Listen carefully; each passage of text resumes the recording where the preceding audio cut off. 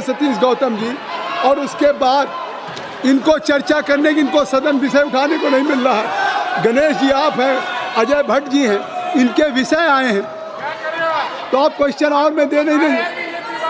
जयप्रकाश जी, औजला जी, आपका भी नाम ले रहा हूँ, आप सदन को व्यवस्थित करें। इससे साफ है कि आप केवल प्ले कार्ड लाएंगे।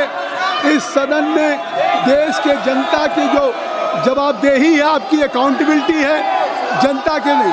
जब माननीय संसदीय कार्य मंत्री जी ने आपकी मांग मान ली, बिजनेस एडवाइजरी कमेटी में मान लिया, बिजनेस एडवाइजरी कमेटी में कह दिया कि माननीय गृह मंत्री जी चर्चा का उत्तर देने के लिए तैयार हैं, तो आप चर्चा करने के लिए तैयार नहीं हैं। जब चर्चा का उत्तर देने के लिए गृह मंत्री जी तैयार हैं तो आप चर्चा करिए। नहीं, आप क्या कर रहे हैं? जब सरकार ने कह दिया कि माननीय गृह मंत्री जी इस सदन में जवाब देंगे, तो मैं कहता हूं चर्चा करने के लिए तैयार होइए। बिजनेस एडवाइजरी कमेटी में भी माननीय सभी दल के नेताओं के द्वारा वहां पे संसदीय कार्य मंत्री। फिर सभा की कार्रवाई कल मंगलवार दिनांक 11 अगस्त 2026 को प्रातः 11 बजे तक के लिए स्थगित की जाती है। धन्यवाद। 6 It's now bill time. Bill, let the bill introduce. I will call it. Bill introduce कर रहे हैं श्रीमती, please.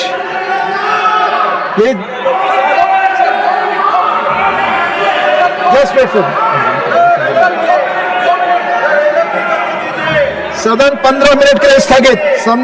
सदन 15 मिनट के लिए स्थगित।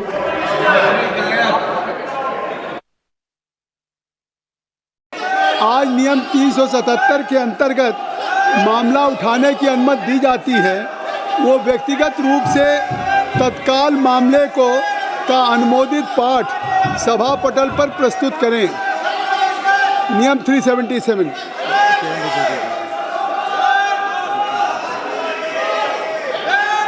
Parliamentary affair minister.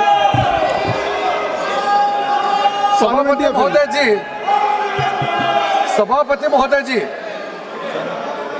Congress party और राहुल गांधी जी पहले दिन से ये मांग कर रहे थे कि गृह मंत्री अमित शाह जी को स्टेटमेंट देना चाहिए। मैं बहुत साफ शब्दों से सरकार की ओर से कहना चाहता हूं, सरकार पूरा छात्र का मामले को लेकर के चर्चा के लिए तैयार है, और स्टेटमेंट ही नहीं, छात्र का मामला को लेकर के पूरा चर्चा के लिए तैयार है और पूरा जवाब देने के लिए तैयार है। गृह मंत्री जी विस्तार से जवाब देने के लिए तैयार है। मैं अनुरोध करता हूं कांग्रेस पार्टी और इनको कि गृह मंत्री जी का जवाब के समय डरना नहीं है, भागना नहीं है, पूरा सुनना पड़ेगा।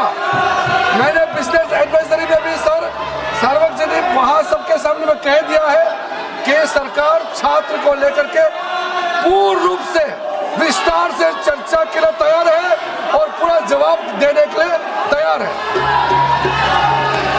माननीय पार्लियामेंट्री अफेयर्स मिनिस्टर ने, आप लोग जो लगातार मांग कर रहे थे,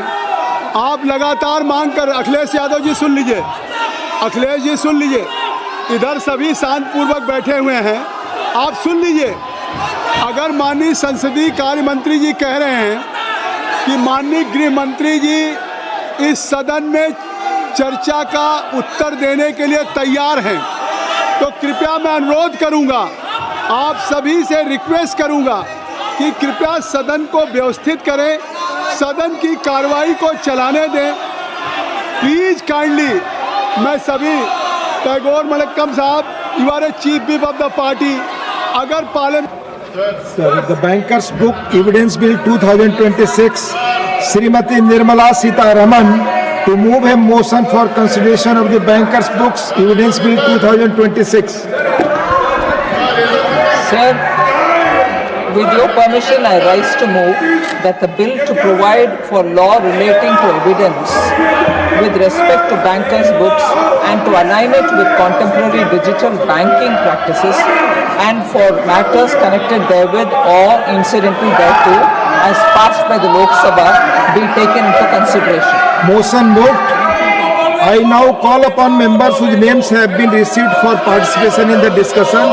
पर उसके पहले मैं माननीय एलओपी अगर इस बिल पर बोलना चाहते हैं एज पर नियम, राज्यसभा जो 1952 में नियम बने 64 में बने उसी के तहत चल रही है।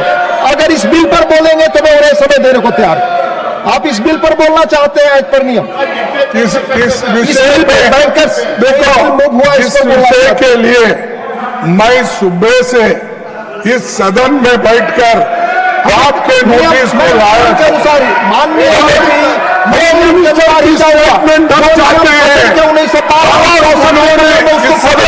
देना चाहिए।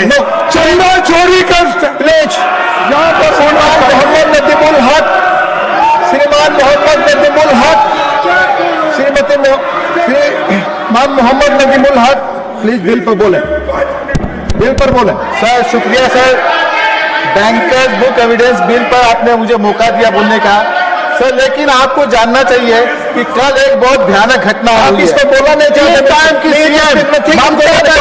इस पर बिल पर बोले तो रिकॉर्ड पे जाएगा।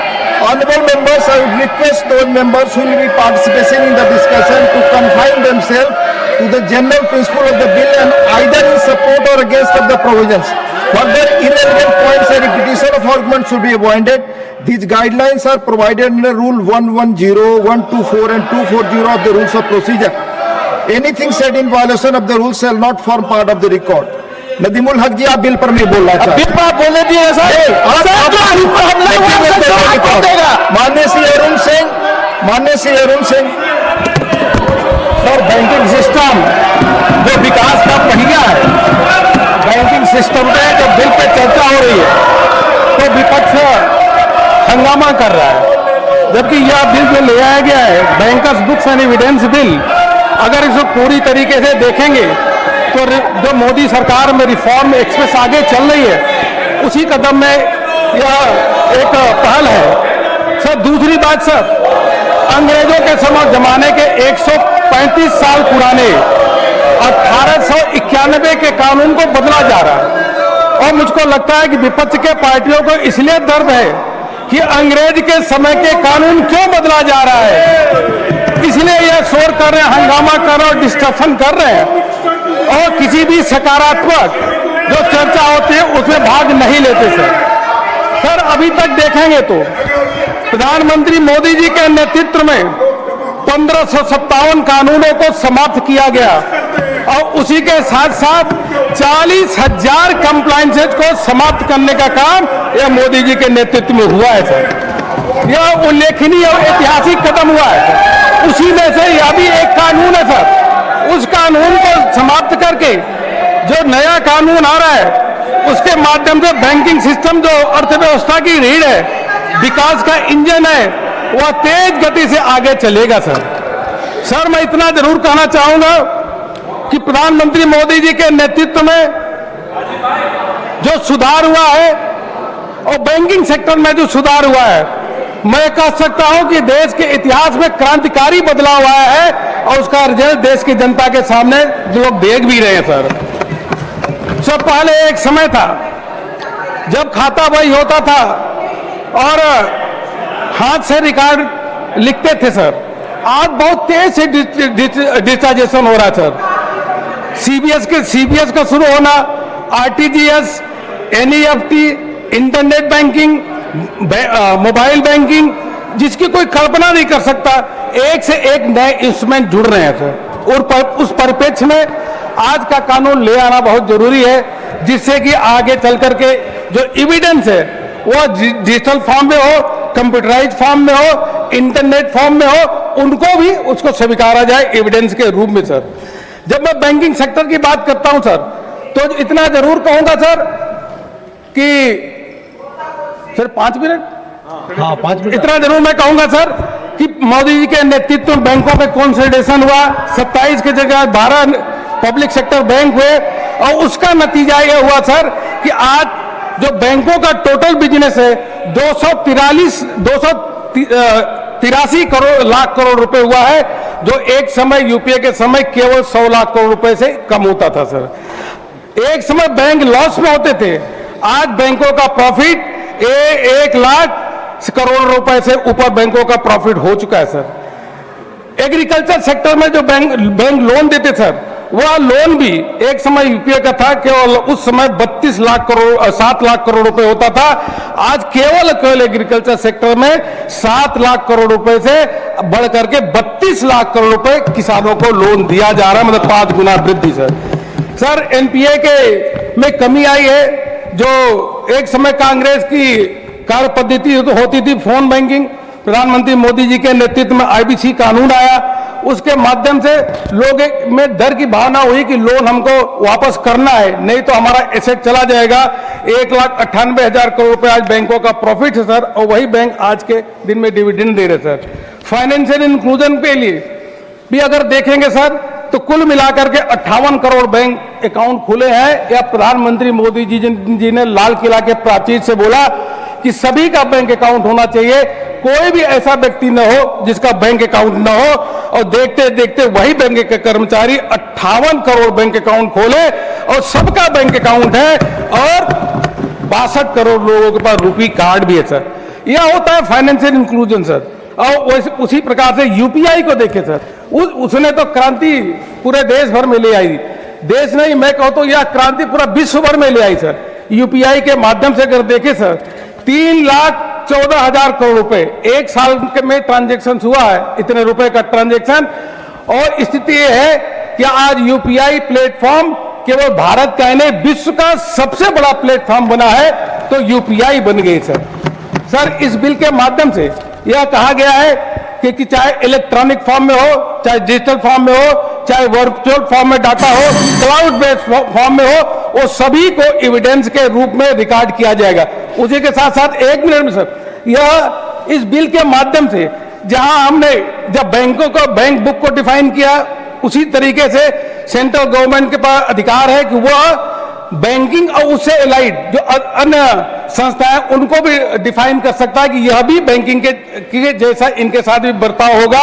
और उसी के साथ साथ सर, जो कानूनी प्रक्रिया है, उस कानूनी प्रक्रिया में भी पहले जो कोर्ट थे, सुप्रीम कोर्ट, हाई कोर्ट, अलग अलग जजमेंट देते थे, इसमें इस बिल के माध्यम से इसका भी सुधारा गया है सर। इस प्रकार से एडमिशन भी जो इलेक्ट्रॉनिक फॉर्म में होगा उसको बाध्य माना जाएगा, चाहे साइबर क्राइम हो चाहे अन्य क्राइम। मैं पुनः आदरणीय वित्त मंत्री जी का हृदय से धन्यवाद देता हूं। यह बहुत ही क्रांतिकारी सुधार लिया गया है। मैं कह सकता हूं कि विकसित भारत के संकल्प में यह एक बहुत बड़ा मील का पत्थर साबित होगा। बहुत बहुत धन्यवाद, इसका समर्थन करता हूं। श्रीमती राजाथी जी प्लीज। வணக்கம் சார். இந்த வங்கிகள் குறித்த பில்லில் புதிதாக பேசுவதற்கு ஒன்றும் இல்லை. முதல்ல பேப்பரில் இருந்த விஷயங்கள் இன்றைக்கு இன்ஃபர்மேஷன்ஸ் அத்தனையும் டிஜிட்டலைஸ் பண்ணப்பட்டிருக்கிறது. இன்றைக்கு நம்முடைய ஃபைனான்ஸ் மினிஸ்டர் அவர்கள் நம் முன்பாக வந்து இந்த விவாதங்களுக்கு பதில் சொல்வதற்காக அமர்ந்திருக்கிறார்கள், மகிழ்ச்சி. அதே போன்று நம்முடைய உள்துறை விவகாரங்களில் மாணவர்கள் போராட்டம், மாணவர்கள் மீதான கடுமையான தாக்குதல் பற்றி பேசுவதற்கு ஏன் நம்முடைய உள்துறை அமைச்சர் வர மறுக்கிறார்? You are not interested in speaking on the bill. That will not go on the record. You speak on the bill, only that will go on the record. No, it will not go on. Shri Manas Ranjan Mangraj. Shri Manas Ranjan Mangraj, please. Honorable Deputy Chairman, sir, I rise to speak on the Bankers Books Evidence Bill 2026. At the outset, I support the objective of this bill. As banking has become increasingly digital, our legal framework must also be updated. Today, banking records are maintained electronically, and the law should recognize this change. Sir, however, I would like to make a few suggestions.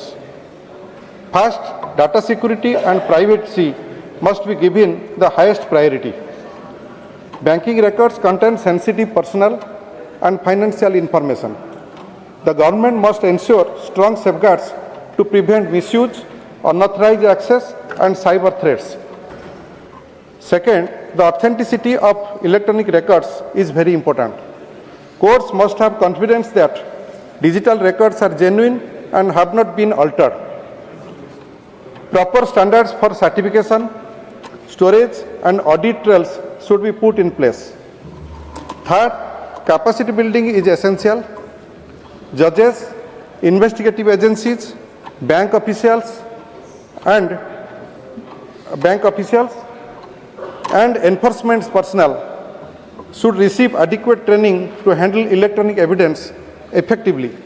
Sir, we must also remember that not every part of the country has fully adopted digital banking.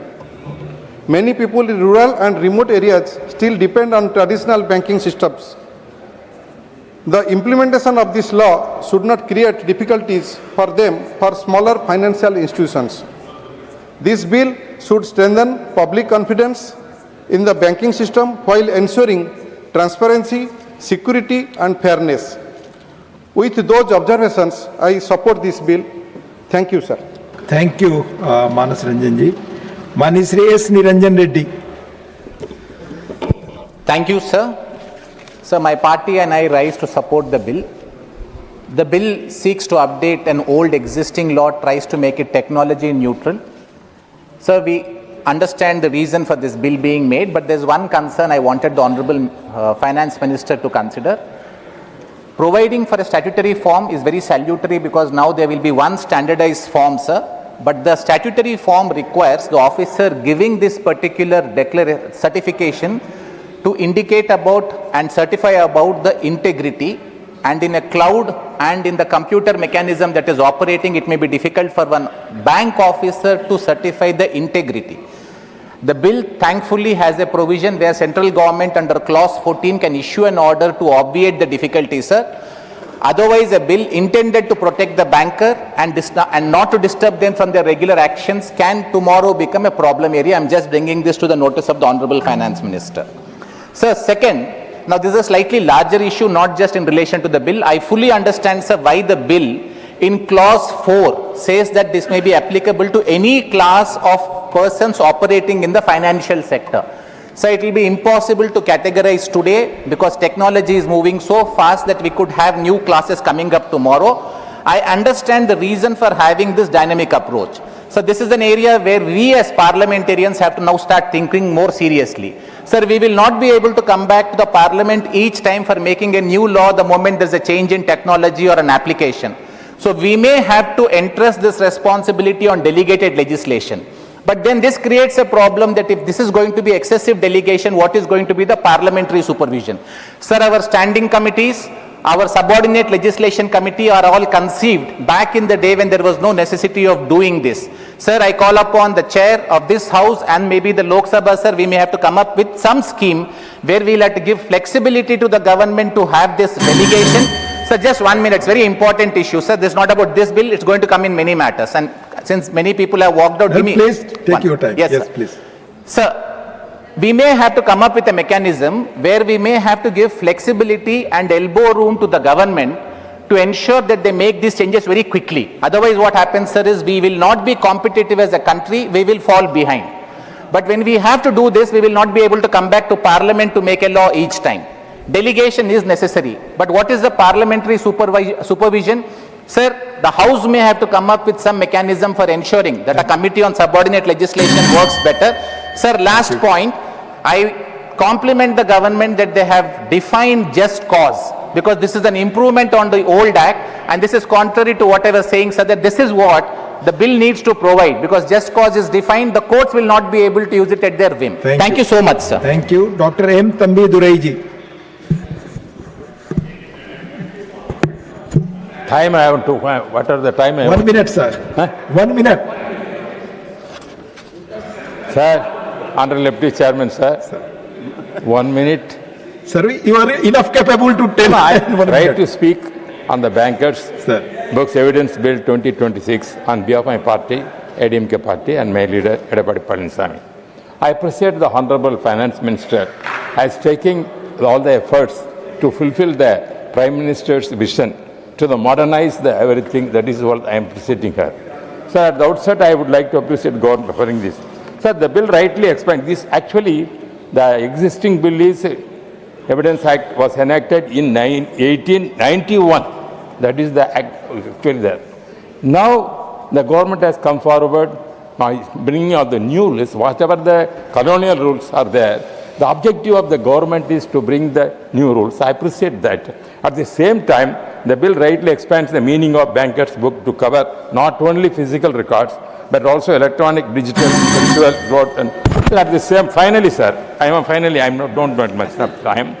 The cyber fraud, identity theft, unauthorized transaction, and manipulations of the digital records emerging challenges. Therefore, I urge the government to continuously strengthen the cyber security framework associated with the records. I also welcome and appreciate the Honorable Minister bringing this. I support this bill, sir. Thank you very much. Thank you, Thambidure ji. माननीय श्री राजेंद्र हीरालाल जैन। माननीय सभापति महोदय, मैं इस bill के समर्थन में राष्ट्रवादी Congress party की तरफ से उपस्थित हुआ हूं। कानून तभी जिंदा रहता है जब वो समय के अनुसार अपने को बदलता है। 1881 का कानून 2026 के डिजिटल भारत बैंकिंग व्यवस्था के साथ न्याय नहीं कर सकता, इसलिए आदरणीय वित्त मंत्री महोदय और हमारी सरकार ने इस कानून को लाया है।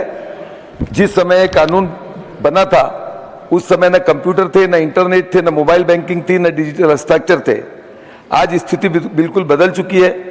भारत दुनिया की सबसे बड़ी रियल टाइम डिजिटल भुगतान प्रणाली यूपीआई का संचालन कर रही है।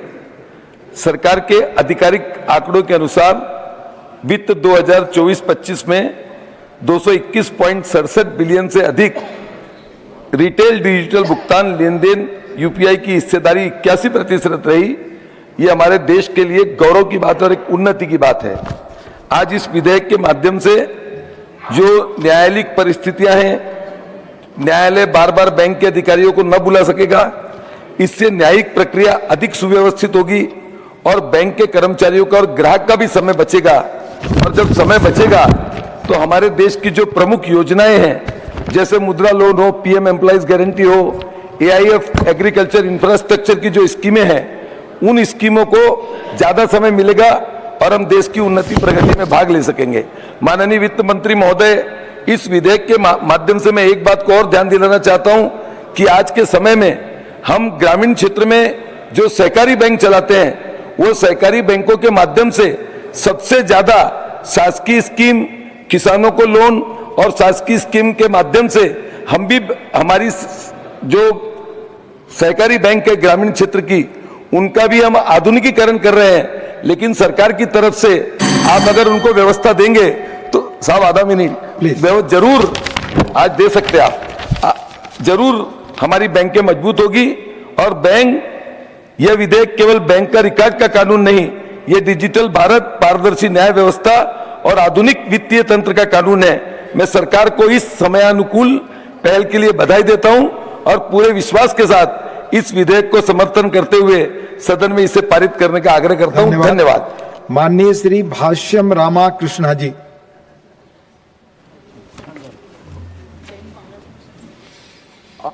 Deputy Chairman sir, I rise to support the Bankers Books Evidence Bill 2026. Sir, this bill replaces a 135-year-old colonial law with a modern legal framework that recognizes physical, electronic, digital, virtual and cloud-based banking records. It also provides a clear mechanism for certification of electronic records and clearly defines the circumstances under which banks may be required to produce records before courts. These are timely reforms in an era where India's banking system has become predominantly digital. కాలానుగుణంగా చట్టాలు మారాలి, కానీ ప్రజల విశ్వాసం కూడా అంతే బలంగా నిలవాలి. As we digitize banking, we must also strengthen cyber security, data privacy and the protection of customers' financial information. Technology should make banking easier, but it should never make citizens more vulnerable to cyber frauds. Sir, Andhra Pradesh దృష్టికోణంలో ఒక విషయం ప్రత్యేకంగా ప్రస్తావిస్తున్నాను. మా ముఖ్యమంత్రి నారా చంద్రబాబు నాయుడు గారి ఆధ్వర్యంలో ఆంధ్రప్రదేశ్లో రైతులు, మహిళా స్వయం సహాయక సంఘాలు, మత్స్యకారులు, చిన్న వ్యాపారులు, యువ పారిశ్రామికవేత్తలు పెద్ద ఎత్తున డిజిటల్ బ్యాంకింగ్ సేవలను వినియోగిస్తున్నారు. విశాఖపట్నాన్ని ఫిన్టెక్ హబ్గా అభివృద్ధి చేయడానికి రాష్ట్ర ప్రభుత్వం కూడా చర్యలు తీసుకుంటుంది. ఈ నేపథ్యంలో డిజిటల్ లావాదేవీల భద్రత, ప్రజల వ్యక్తిగత ఆర్థిక సమాచార రక్షణ, సైబర్ మోసాల నివారణకు మరింత బలమైన వ్యవస్థను కేంద్ర ప్రభుత్వం ఏర్పాటు చేయాలి. అలాగే డిజిటల్ బ్యాంకింగ్ మోసాలకు గురైన సాధారణ ప్రజలకు త్వరితగతిన న్యాయం అందేలా ఫిర్యాదుల పరిష్కారానికి కాలపరిమితితో కూడిన వ్యవస్థను ఏర్పాటు చేయాలని ప్రభుత్వాన్ని కోరుతున్నాను. గ్రామీణ ప్రాంతాల్లో డిజిటల్ ఆర్థిక అక్షరాస్యత అత్యంత అవసరం. On behalf of Telugudesam Party, I extend my wholehearted support to the bill, sir. Thank you, sir. Mani Shri Sanjay Singh, not present. Mani Shri Ravichandra Vaddi Raju. Thank you, sir. This Bankers Book Evidence Bill 2026. Sir, today I am going to speak about bill, sir. I am supporting this bill. Banking has changed a lot in recent years. Today, most banking work is done through computers and digital systems, sir.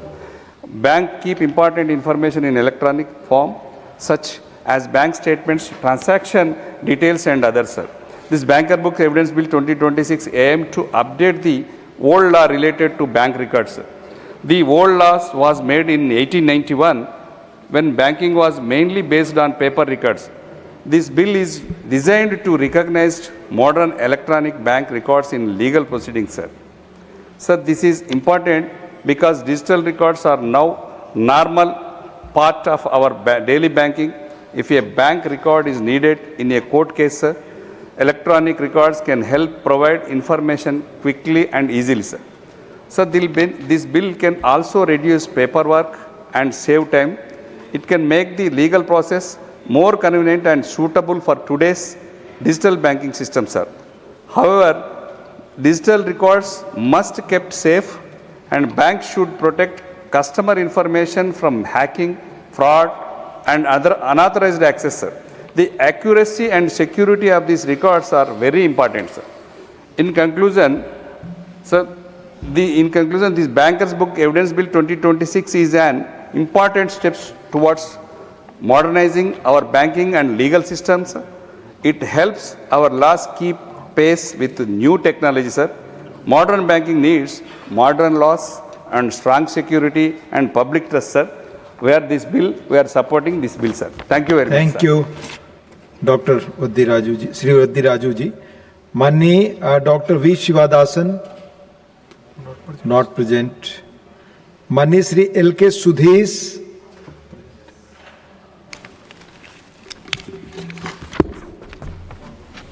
Thank you, Honorable Deputy Chairman. On behalf of Desiya Murpogu Dravida Kalagam, I rise to speak on the Bankers Book Evidence Bill 2026. Sir, the original Bankers Book Evidence Act was 1891. At the time, banking was largely paper-based. Today, in 2026, banking has transformed.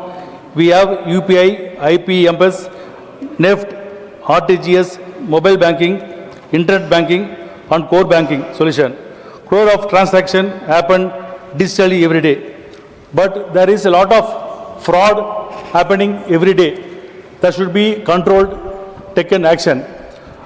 Therefore, I support the consideration and passing the Bankers Book Evidence Bill 2026. I hope this will bring greater efficiency, transferability and speed in our legal and financial system. Thank you, sir. Sir, in Tamil Nadu, there is a issue, Kaveri and No, sir, Nadu. it will not go on the record. We are not discussing this issue. You know the rules, Sudhesh ji. Thank you. Srimati Mamta Thakur, not present. Mane Dr. M. Dhanpal, Honorable Dr. M. Dhanpal. Thank you, sir. Sir, I support the Bankers Books Evidence Bill 2026 on behalf of all the Anna Dravida Kalagam and my beloved leader, former Chief Minister Edapadi K. Panichami. Sir, I welcome the provisions ensuring admissibility of electronic records and safeguards against unauthorized alteration, tampering and cyber threats. I give some suggestions for this bill, sir. 1. Customer privacy should be protected through appropriate redaction and restricted access to unrelated financial information. Second, standard electronic formats should be developed for producing banking records before courts. Third, sir, the government may provide greater clarity regarding fintech and other financial sector entities that may be brought under the Act. Sir, these suggestions would make the legislation more secure, consistent and future ready. I support the bill and urge the Honorable Minister to consider the three constructive suggestions, sir. Thank you, sir. Thank you.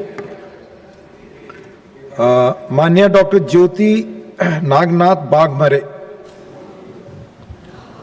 Honorable Deputy Chairman, sir, thank you for giving me this opportunity to express my views on Bankers Books Evidence Bill 2026. On behalf of my party Shiv Sena, sir, I rise here today to support the bill. Sir, today the House is going to witness the historical moment, the end of 135 years old colonial British rule and the beginning of new revolutionary changes which make our country future ready. Sir, on behalf of our leader, Honorable Deputy Chief Minister of Maharashtra, Eknath Shinde ji, who is the torchbearer of women empowerment and started a very important scheme like Ladki Bahin and gifted the financial freedom to the women, I would like to congratulate Honorable Finance Minister Nirmala Sitharaman ji. Sir, I think she is giving a very strong message of women liberation and women empowerment, not only to the country but to the entire nation. And I think, sir, she proved that चूल्हे चौके की चौखट से निकलकर नया इतिहास रचाती है. चूल्हे चौके की चौखट से निकलकर नया इतिहास रचाती है. भारत की नारी आज सिर्फ घर ही नहीं बल्कि देश की अर्थव्यवस्था भी चलाती है. मजबूत इरादे, अदम्य साहस, बुलंदियों को छूता मान है. मजबूत इरादे, बुलंद साहस, बुलंदियों को छूता मान है. अंतरिक्ष से लेकर अर्थव्यवस्था तक नारी शक्ति ही देश की शान है. Sir, I think this bill also reflects the larger vision of our Prime Minister, Honorable Narendra Modi ji. Sir, I think the technology has changed the way India banks, and this bill changes the way India proves. Sir, this is the real significance of this legislation.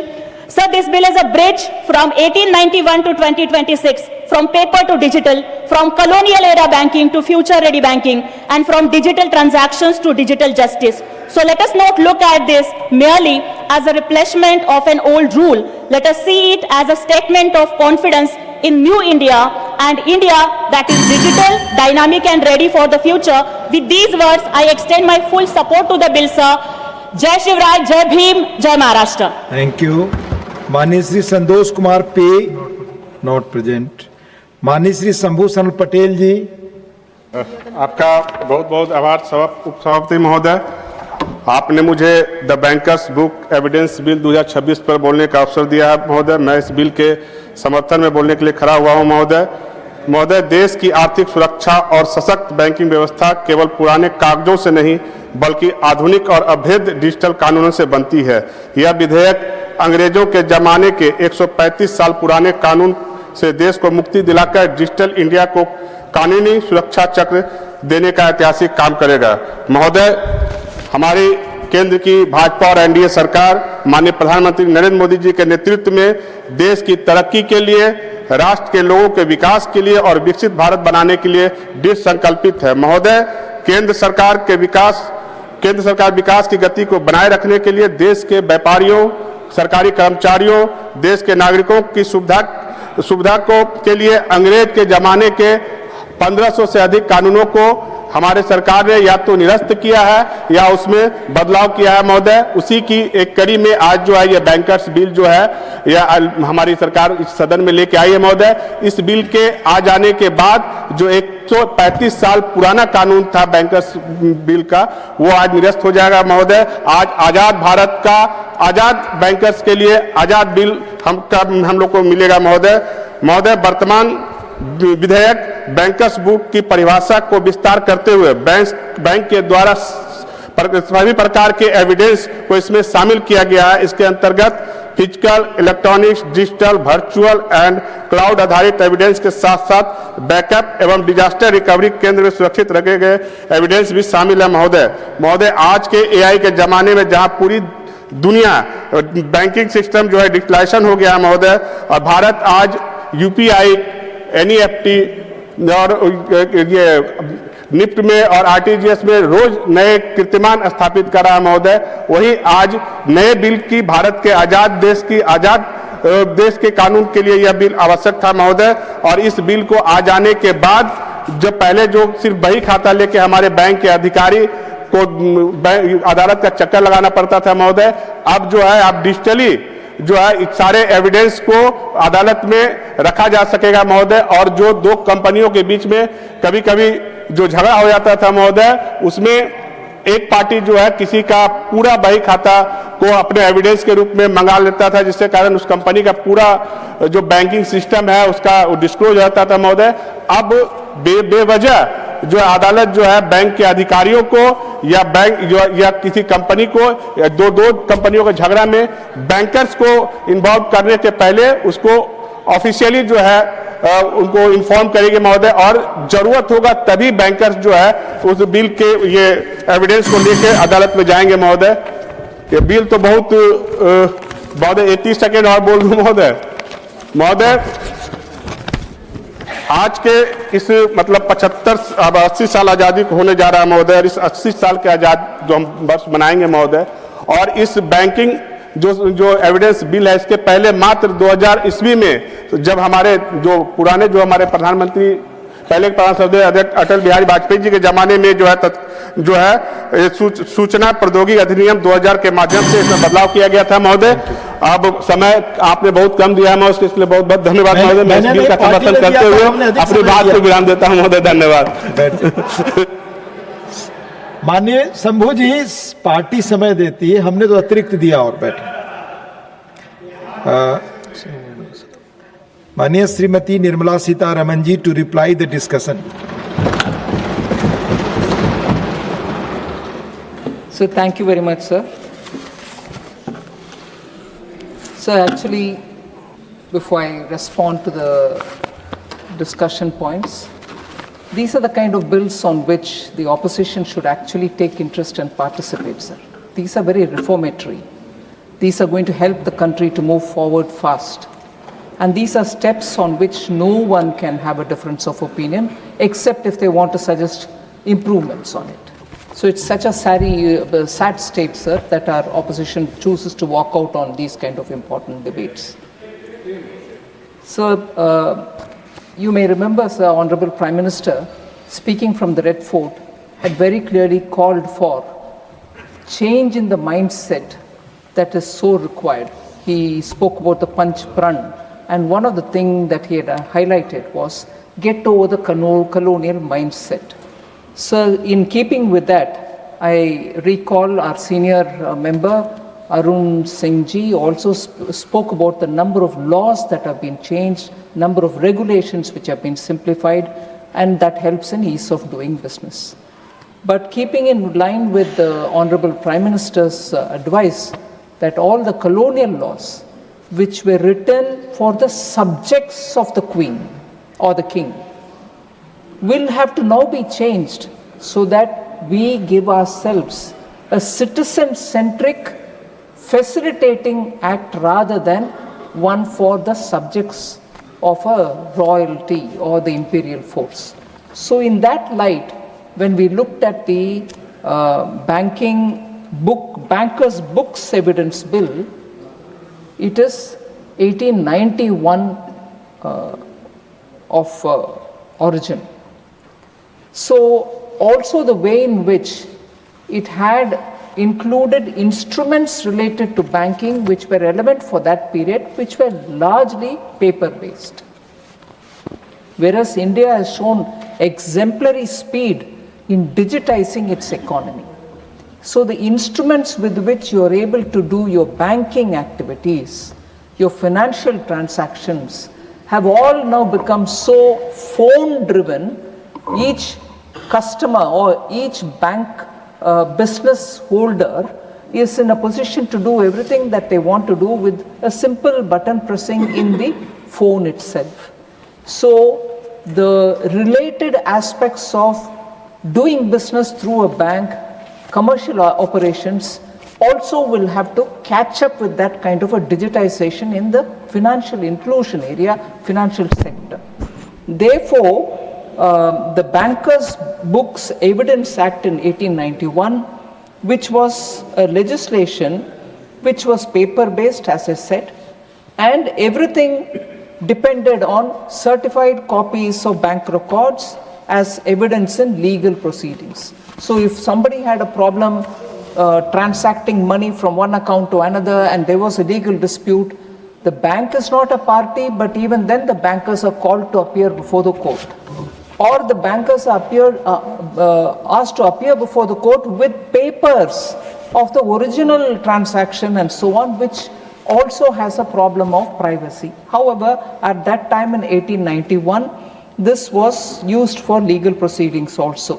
But with the advent of digital and electronic record keeping, there was a necessity for bankers to be given the power to say, why not the certified copies in the courts rather than get the electronic records, which is sheer impossible. You're carrying a system, even the system which can come on your phone is not accepted as otherwise based on the 1891 Act. Therefore, the Bankers Book Evidence Act 2026, Evidence Bill 2026 is being brought before this House. We seek to repeal and replace the Bankers Book Evidence Act of 1891. Just for a moment, sir, to say, is this allowed by law? Yes, it is allowed by law, because entry 45 in the Union List, which is the list 1 of the 7th schedule to the Constitution, empowers the Parliament to repeal and re-enact an act. We are invoking that and repealing the 1891 Act and bringing in the Bankers Books Evidence Bill of 2026, which will replace the repealed 1891 Act.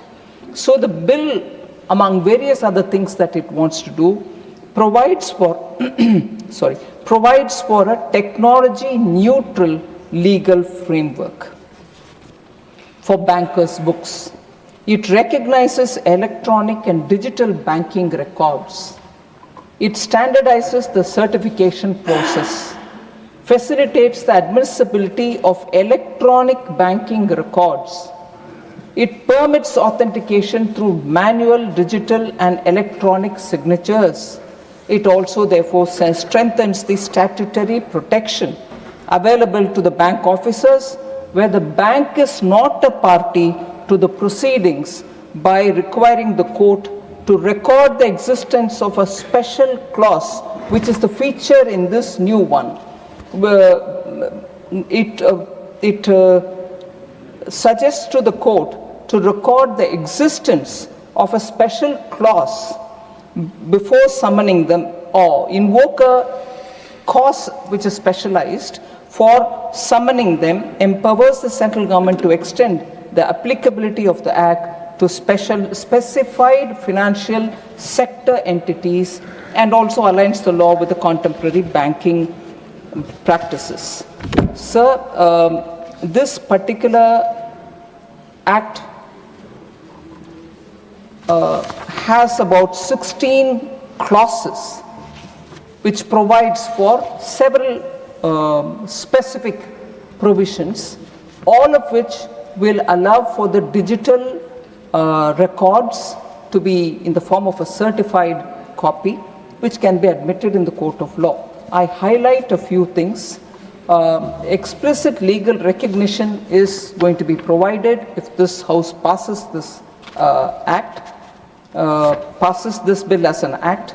So explicit legal recognition of electronic records. So this particular clause provides that electronic or digital records of bankers' books shall be admissible, it shall be valid and legally enforceable as evidence, subject to the conditions specified under the Act. So clauses 6 and 7 relate to that. Expanded definition of bankers' books is being brought in now. It expands the definition of bankers' books to include records maintained in written or physical form, or stored in electronic or digital form, or otherwise, either on-site or at off-site or virtual or cloud location, including backup or disaster recovery site. So that is the clause 2(1)(b), which we are bringing in now.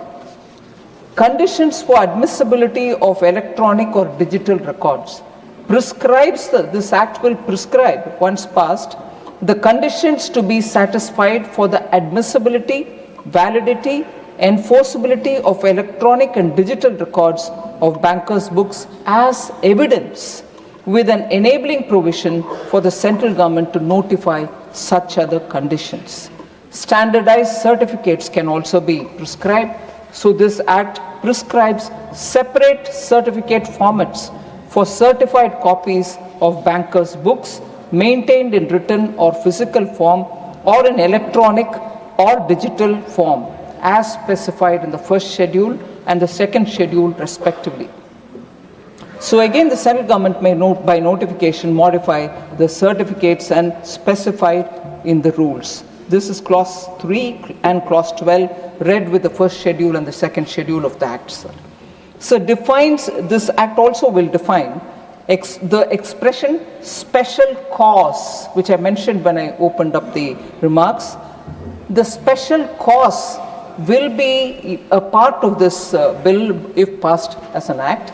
It will give the basis for summoning a bank officer to produce bankers' books or appear as a witness in legal proceedings to which the bank is not a party. There can be a case where two people are fighting, commercial case, the bank is not even a party. Today they are all being asked to come and stand before the court, which is their duty, they will do it. But is there a reason why they should be called in a dispute which is not involving the bank at all? So we are now giving a clause through which a special cause can be invoked by the courts, whereupon they can ask the bank to come and appear, even if it's not a party. And therefore the evidence and everything, even if they are electronic, can be taken and that can be made applicable. Sir, so the special cause can be invoked. I also, in this context, understand, and also the points which I mentioned a bit earlier, appreciate the point made by Shri Niranjan Reddy of the YSRCP about can there be a committee which therefore authorizes instead of the, every time the government having to come to the parliament. Whilst I appreciate the point made, more than the ease which provides it for the government will not hesitate to come before the house to seek their approval and be accountable to the house. So the point which you have made is well taken, honorable member, but I would like to assure that the government will be happy to come and stand before the house to explain. So I think, sir, largely every member has spoken, understanding the importance of this act, which is being brought in this context. I particularly thank Shri Rajendra Jain of the NCP, who appreciated the digitization efforts which are being undertaken, and therefore an act of this nature is important, and also for his extending his party's support. Similarly, Shri Vaddiraju Garu from the BRS for supporting this bill. I also thank DMDK's member Sudesh also extending the support, and Shiv Sena's Jyoti Vagmareji for also extending her support for this bill. I particularly thank senior member Shri Thambiduraiji for taking this whole thing in a very positive context to see the importance of such amendments which are continuously being undertaken by our government. So I thank Shri Thambiduraiji, particularly when he speaks about the cyber security related aspects, and TDP's Bhashyam Ramakrishna ji, who's a new member, but who has spoken about the importance of digital amendments which are coming through. So there is just one point which I want to highlight. Member Dhanapal of AIADMK seeks clarification on clause 4 to extend the provision to other financial sector entities. So the banking and financial sector has evolved significantly in this country over the past few decades, with the emergence of NBFCs, payment aggregators, where fintech companies and other service providers having a pan-India presence. These entities perform an important role, sir, in fulfilling the banking and financial needs of the common people. So it is therefore necessary that whenever and wherever required, they are provided a similar evidential framework. This, therefore, Clause 4 enables the central government to act and to extend the act to other regulated financial entities through notification, ensuring that uniform evidentiary framework across all the financial sector is available. So, Shri Manas Ranjan ji from BJD also spoke of data security, privacy to be given highest priority, also spoke about authenticity of electronic records for courts, and that we should strengthen public confidence.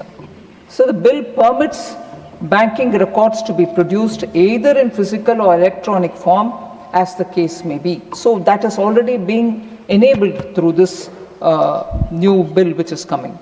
The bill actually strengthens public confidence by providing a clear, secure and transparent legal framework for the use of banking records in legal proceedings, while fully safeguarding the privacy and the confidentiality of customers.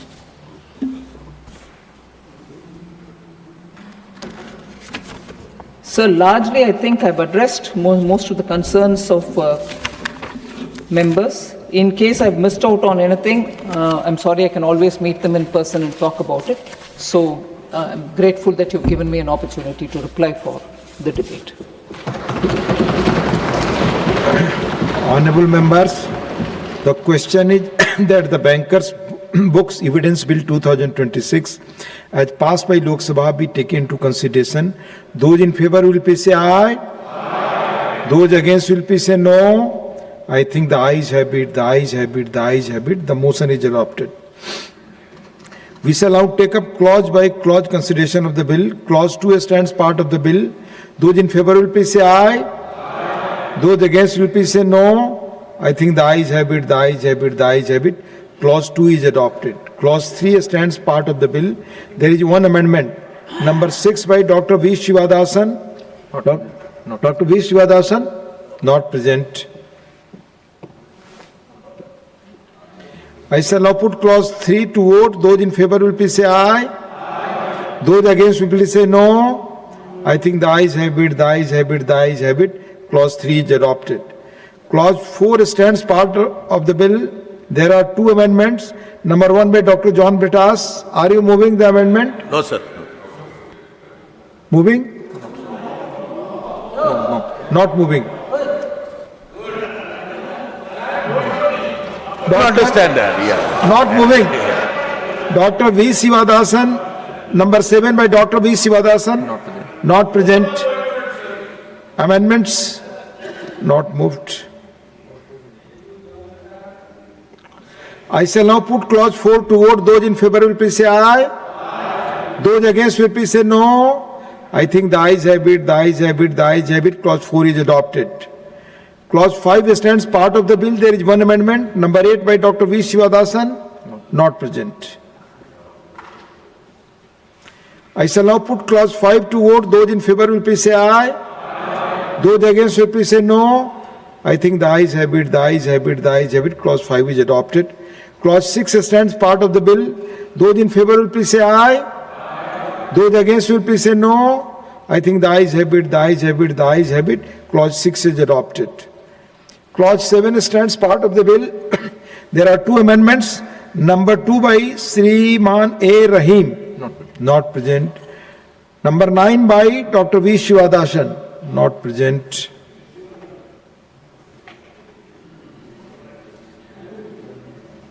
I shall now put clause 7 to vote. Those in favor will please say aye. Aye. Those against will please say no. I think the ayes have it, the ayes have it, the ayes have it. Clause 7 is adopted. Clause 8 stands part of the bill. There is one amendment. Number 3 by Sriman A. Rahim, not present. Amendment not moved. I shall now put clause 8 to vote. Those in favor will please say aye. Aye. Those against will please say no. I think the ayes have it, the ayes have it, the ayes have it. Clause 8 is adopted. Clause 9 stands part of the bill. There is one amendment. Number 10 by Dr. V. Shivadasan. Not present. Amendment not moved. I shall now put clause 9 to vote. Those in favor will please say aye. Those against will please say no. I think the ayes have it, the ayes have it, the ayes have it. Clause 9 is adopted. Clause 10 stands part of the bill. Those in favor will please say aye. Those against will please say no. I think the ayes have it, the ayes have it, the ayes have it. Clause 10 is adopted. Clause 11 stands part of the bill. There is one amendment. Number 4 by Shriman A. Rahim. Not present. Amendment not moved. I shall now put clause 11 to vote. Those in favor will please say aye. Those against will please say no. I think the ayes have it, the ayes have it, the ayes have it. Clause 11 is adopted. Insertion of new clause 1A. There is one amendment. 11A. Insertion of new clause 11A. There is one amendment for insertion of new clause 11A. Number 5 by Shriman A. Rahim. Not present. Amendment not moved. Clauses 12 to 16, the first schedule and the second schedule stands part of the bill. Those in favor will please say aye. Those against will please say no. I think the ayes have it, the ayes have it, the ayes have it. Clauses 12 to 16, the first schedule and the second schedule are adopted. Clause 1, the enacting formula and the title stand part of the bill. Those in favor will please say aye. Those against will please say no. I think the ayes have it, the ayes have it, the ayes have it. Clause 1, the enacting formula and the title are adopted. Srimati Nirmala Sitharamanji to move that the bill be passed. Sir, I rise to move that the bill be passed. Motion moved that the bill be passed. The question is that the bill be passed. Those in favor will please say aye. Those against will please say no. I think the ayes have it, the ayes have it, the ayes have it. The bill is passed. Honorable members, now next business, a statutory resolution and the taxation and other laws amendment bill 2026. Dr. John Britas to move the following resolution that this House disapproves of the income tax amendment ordinance 2026 number 2 of 2026 promulgated by the President on 5/6/2026. Please move the resolution. Sir, this House disapproves of the income tax amendment ordinance 2026 number 2 of 2026 promulgated by the President on 5th June 2026. Sir, my motion is on the premise that they promulgated the ordinance on 5th June and there was a retrospective effect from 1st April. The Parliament was to start functioning from 28th, the Monsoon session. There was no hurry at all. And their intention was that those investors who have gone away from India would come back if they are given that much of dividends, in the sense tax exemption. That means what all they contemplated as part of their budget utterly failed. And they thought that by bringing an ordinance, they can arrest the situation. And moreover, the minister has said that evolving geopolitical developments and also to attract stable foreign investors. So the government has to admit on the floor of the House, they have miserably failed. Sir, I have 3-4 minutes, please. Now, what they have done, see, actually they have taken the Parliament and the nation for a ride. Now, in order to convert this ordinance into a law, they have brought a bill that is encompassing many other aspects which were not part of the ordinance. One of the cardinal things which they have actually brought in as part of the bill is that taxing the people in the form of UPI. Those who are using UPI, there is a merchant discount rate that is going to be imposed. And the minister has been trying to explain that, no, this is not for those people who are part of the UPI. 54 crore people are part of these UPIs. Sir, you and me were asked to go to be part of the digital empire. Demonetization happened. They have. Sir, I will be brief. It's my right. I will be brief. Yes, you are right. Yeah. You are right. I agree. And, be brief. And they wanted all the people to be part of the digital currency system. And after we all went voluntarily as part of the UPI, now they say that they are going to bring in MDR. The minister, very conveniently, she is charming enough to, at least convince a section. I'm talking about you, madam, positively. Now she says that, look, this burden is going to be only for the merchants. Can she explain? Is there any burden that has been imposed on merchant, not passed on to the consumers? Anywhere in the world? Thank you. Anywhere in the world. So no, sir. Please, Now, please. sir, now you know what is the volume. You have to be brief. Sir, You have right, but I know what sir, please understand, I have the right. Yes. There is a precedent of giving 5 to 7 minutes. Please give me 3 minutes. Sir, you know what is the volume? Per annum, 340 lakh crore is part of this UPI system. Means huge amount. Like to America is part of this UPI. You will get again opportunity. Sir, no, sir, please understand. Yes, sir. Please be brief now. Please don't give me that opportunity. Let me use this opportunity. Now, see, what did the Prime Minister say in G23? The Honorable Prime Minister said, we will not impose any charge on this UPI system. This UPI system, this will not be a burden for the people.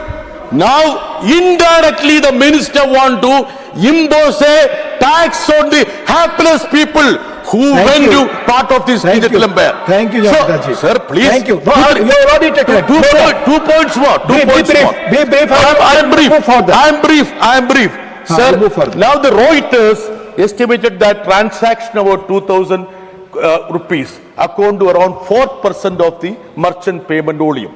But, sir, that means 67% of the value. So a 2,000 threshold which she is talking about sounds narrow, but it can still bring lot of money, means misdirection to the people. Sir, I am brief. Sir, there are honorable petroleum ministries here. I need to, involve him also. There are 1 lakh petrol pumps in this country. If you add the private pumps, 1,25,000 petrol pumps in this country. Imagine that 2,000 rupees additional burden is for a petrol pump owner per day. Just, you know what is impact? 10,000 to 12,000 crore annually for the consumers. Thank you. Now you have moved. Sir, you have moved already. Very important. I am moving. Yes. So I feel that the Honorable Finance Minister is putting a huge burden on this country, and there is no way the Parliament should give a blanket approval to her. If she is interested, let she come with the clauses. You have made your point out. What is the charge for this category? Instead of taking a blanket approval, this is against the people. Resolution moved. It's moved. Yes. Moved. Resolution moved. I have moved the resolution. Thank you. Sir. Okay. Srimati Nirmala Sitharaman ji, to move a motion for consideration of the Taxation and Other Laws Amendment Bill 2026. Please. Sir, with your permission, I rise to move that the bill further to amend the Payment and Settlement Systems Act 2007 and the Income Tax Act 2025 and to amend the Finance Act 2026 as passed by the Lok Sabha be taken into consideration. आप बोलना चाहेंगे इस विषय और later on? So later on will be better. So motion moved. Honorable members, the statutory resolution and motion for consideration of the bills are now open for discussion. I now call upon the members whose names have been received for participation in the discussion.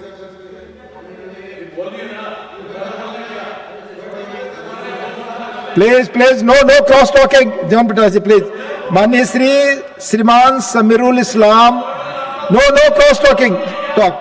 Shriman Samirul Islam, not Shriman Tarun Chog.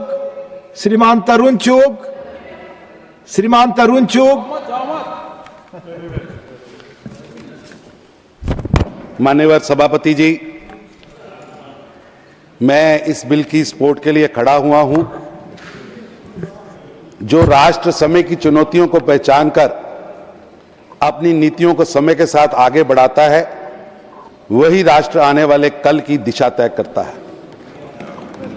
माननीय सभापति महोदय, मैं माननीय वित्त मंत्री बहन निर्मला जी ने जो बिल पेश किया है उसमें आदरणीय प्रधानमंत्री श्री नरेंद्र मोदी जी की सोच की खुशबू आ रही है। ये विधेयक भारत को आगे बढ़ाने वाला, ये बिल ग्लोबल से लेकर लोकल तक हर क्षेत्र में निरंतर प्रगति करने वाला, चाहे वैश्विक मंच हो, भारत की बढ़ती प्रतिष्ठा हो, हमारी अर्थव्यवस्था के मजबूत करने की बात हो, ये सभी इसमें इंक्लूड हैं। इस विधेयक के पीछे एक बहुत व्यापक और दूरदर्शी सोच है कि भारत की अर्थव्यवस्था मजबूत बनाई जाए, निवेशकों का भरोसा कायम हो, उद्योग, व्यापार और रोजगार को आवश्यक स्थिरता दे, भारत को आने वाले वर्षों के लिए एक मजबूत, शक्तिशाली, आत्मनिर्भर और वैश्विक स्तर पर एक कॉम्पिटिटिव अर्थव्यवस्था के रूप में तैयार करना। माननीय सभापति जी, मैं आज जो दुनिया के अंदर इस समय जो परिस्थितियां हैं उसके अंदर ये केवल सरकार के लिए एक राजस्व जुटाने का माध्यम नहीं है, इसे अर्थव्यवस्था के महत्वपूर्ण क्षेत्रों को स्थिरता और आवश्यक समर्थन भी देना होगा। मुझे लगता है इस विधेयक की सबसे बड़ी विशेषता यह है कि आज की बदलती हुई परिस्थिति को समझते हुए targeted tax exemption, rationalise conditions का रास्ता अपनाया गया है।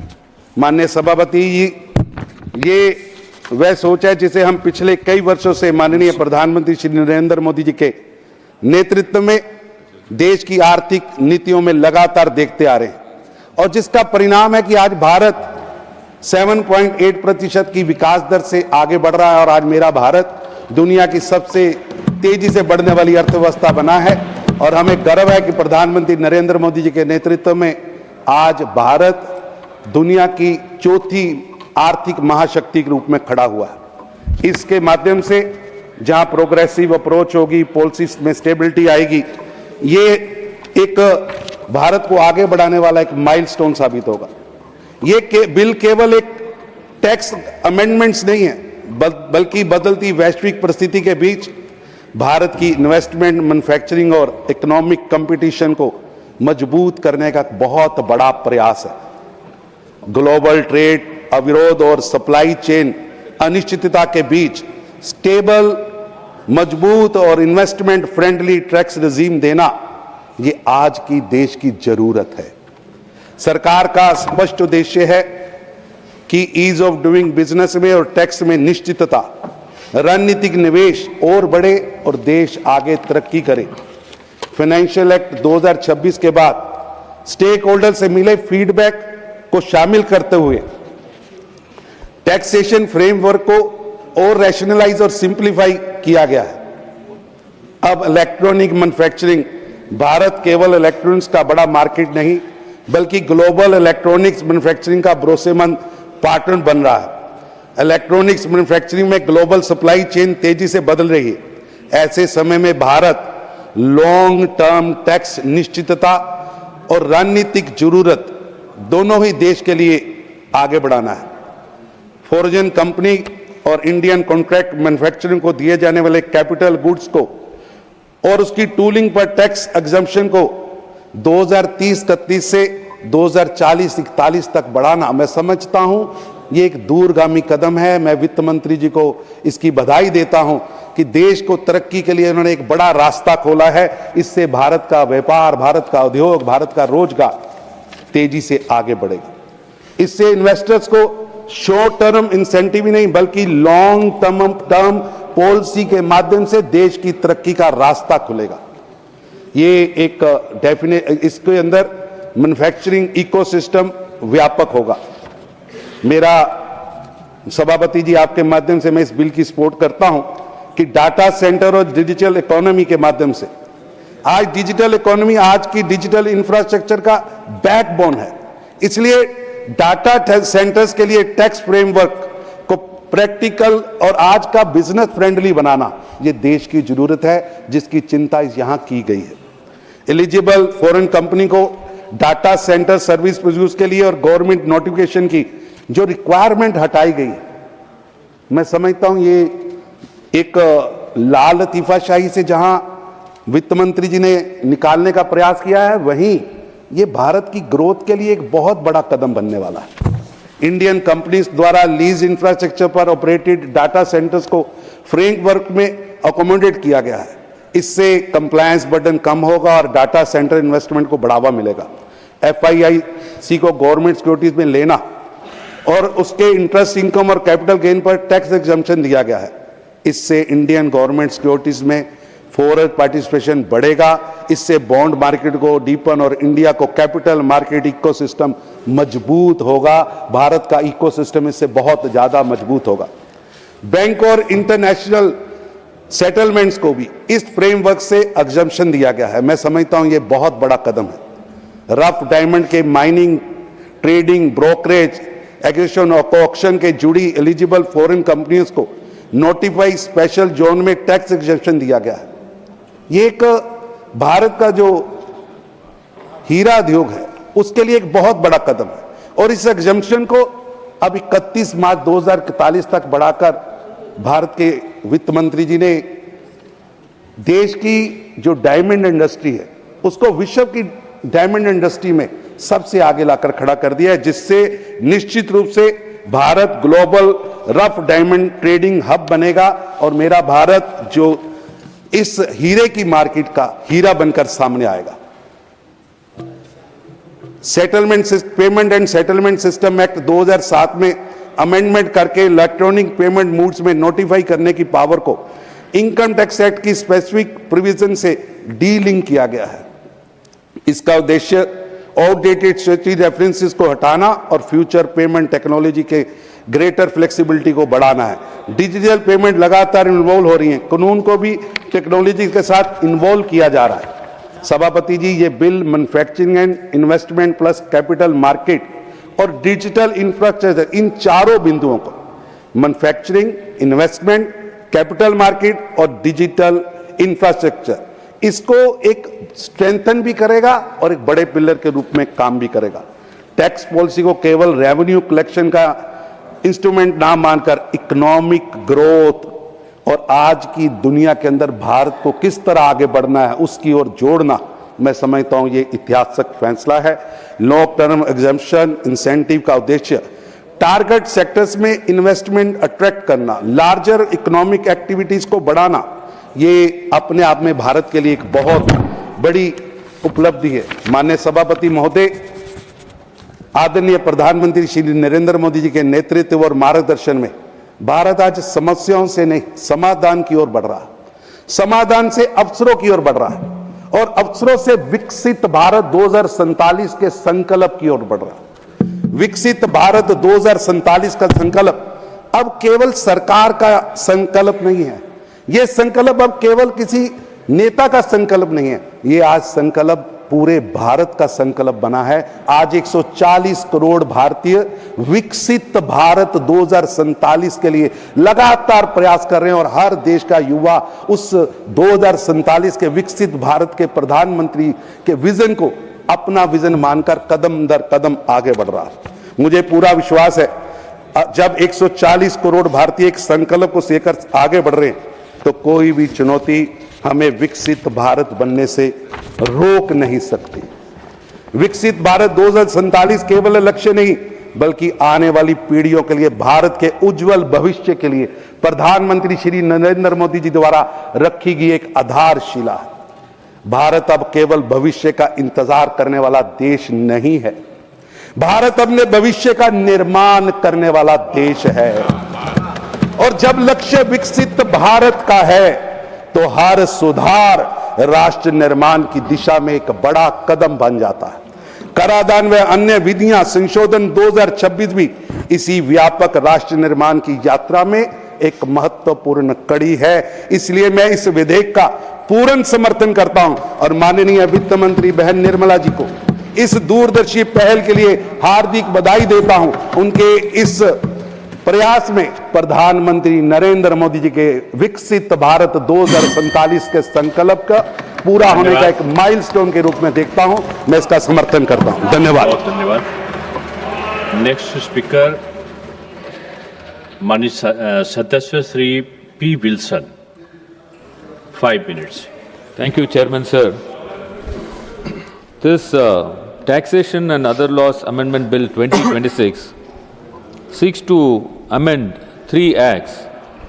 Amendment to Payment and Settlement Act 2007, Amendment to Income Tax Act 2005. Sir, shall I wait, sir? Honorable Finance Minister. Sir, I'll wait for Honorable Finance Minister, sir. नहीं आप बोलिए ना. Honorable Finance Minister is not माननीय here. वित्त राज्य मंत्री जी बैठे हैं. Yes. नहीं माननीय राज्य मंत्री जी Yes. मौजूद हैं. Yes. Madam, I can see you. I can see you. Yes. Amendment to Income Tax Act 2025, and the last one is Amendment to Finance Act 2026. Honorable Vice Chairman, sir, certain provisions are going to really affect the poor people, middle class people, and the common man. The power which the Union government wants to bring by virtue of this amendment under Section 10A of the Payment and Settlement Act 2007 is, it is going to completely collapse the digital payment structure which the country adopted recently. We are making payments through UPI, through GPay, through Paytm. In fact, in all shops like vegetable shops, tea shops, the flower vendor, now they have been adopted to this payment methodology, that is UPI.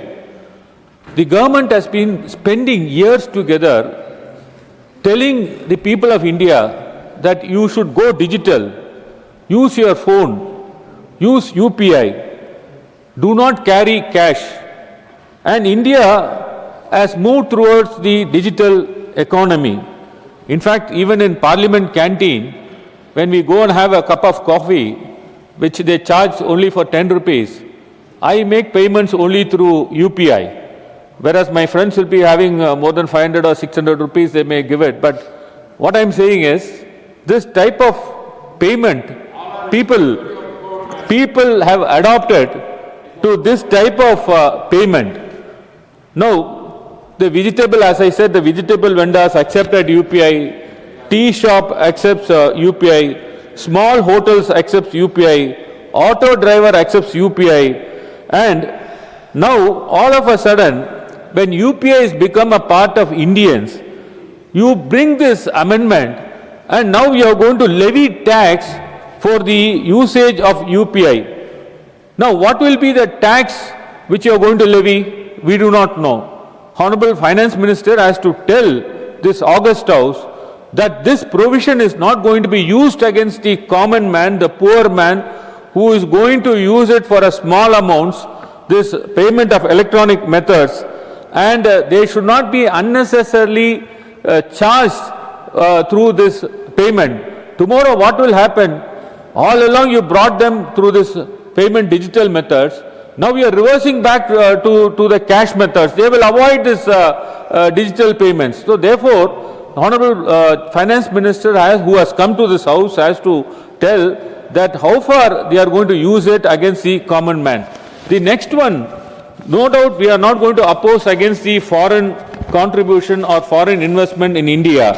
But the Honorable Finance Minister has to say that how far this foreign investment which you are going to give an exemption to the tax, how it will create jobs to the persons in India, how far they are going to make a value additions, and how far the public money which is going to be given as an exemption is going to be benefited for the people of this country. So to that extent, and how far it will affect the employment also in our country, to that extent the Honorable Finance Minister has to tell us. Now the Honorable Finance Minister has come here. I would only say that Tamil Nadu is contributing about 9% to the national GDP. So our population accounts for about 6% of total population. In fact, for every investment of 1 rupee, we are getting only 26 paise. But what is the problem today Tamil Nadu is facing? Sir, the Karnataka government is going to construct a Meghalaya dam.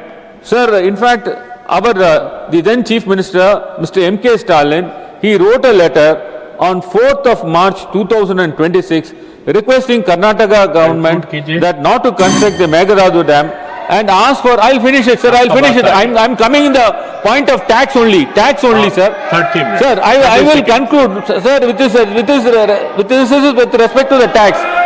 Sir, he has written letter and he has asked for a constitution of a tribunal. Sir, till today, the tribunal has not been constituted.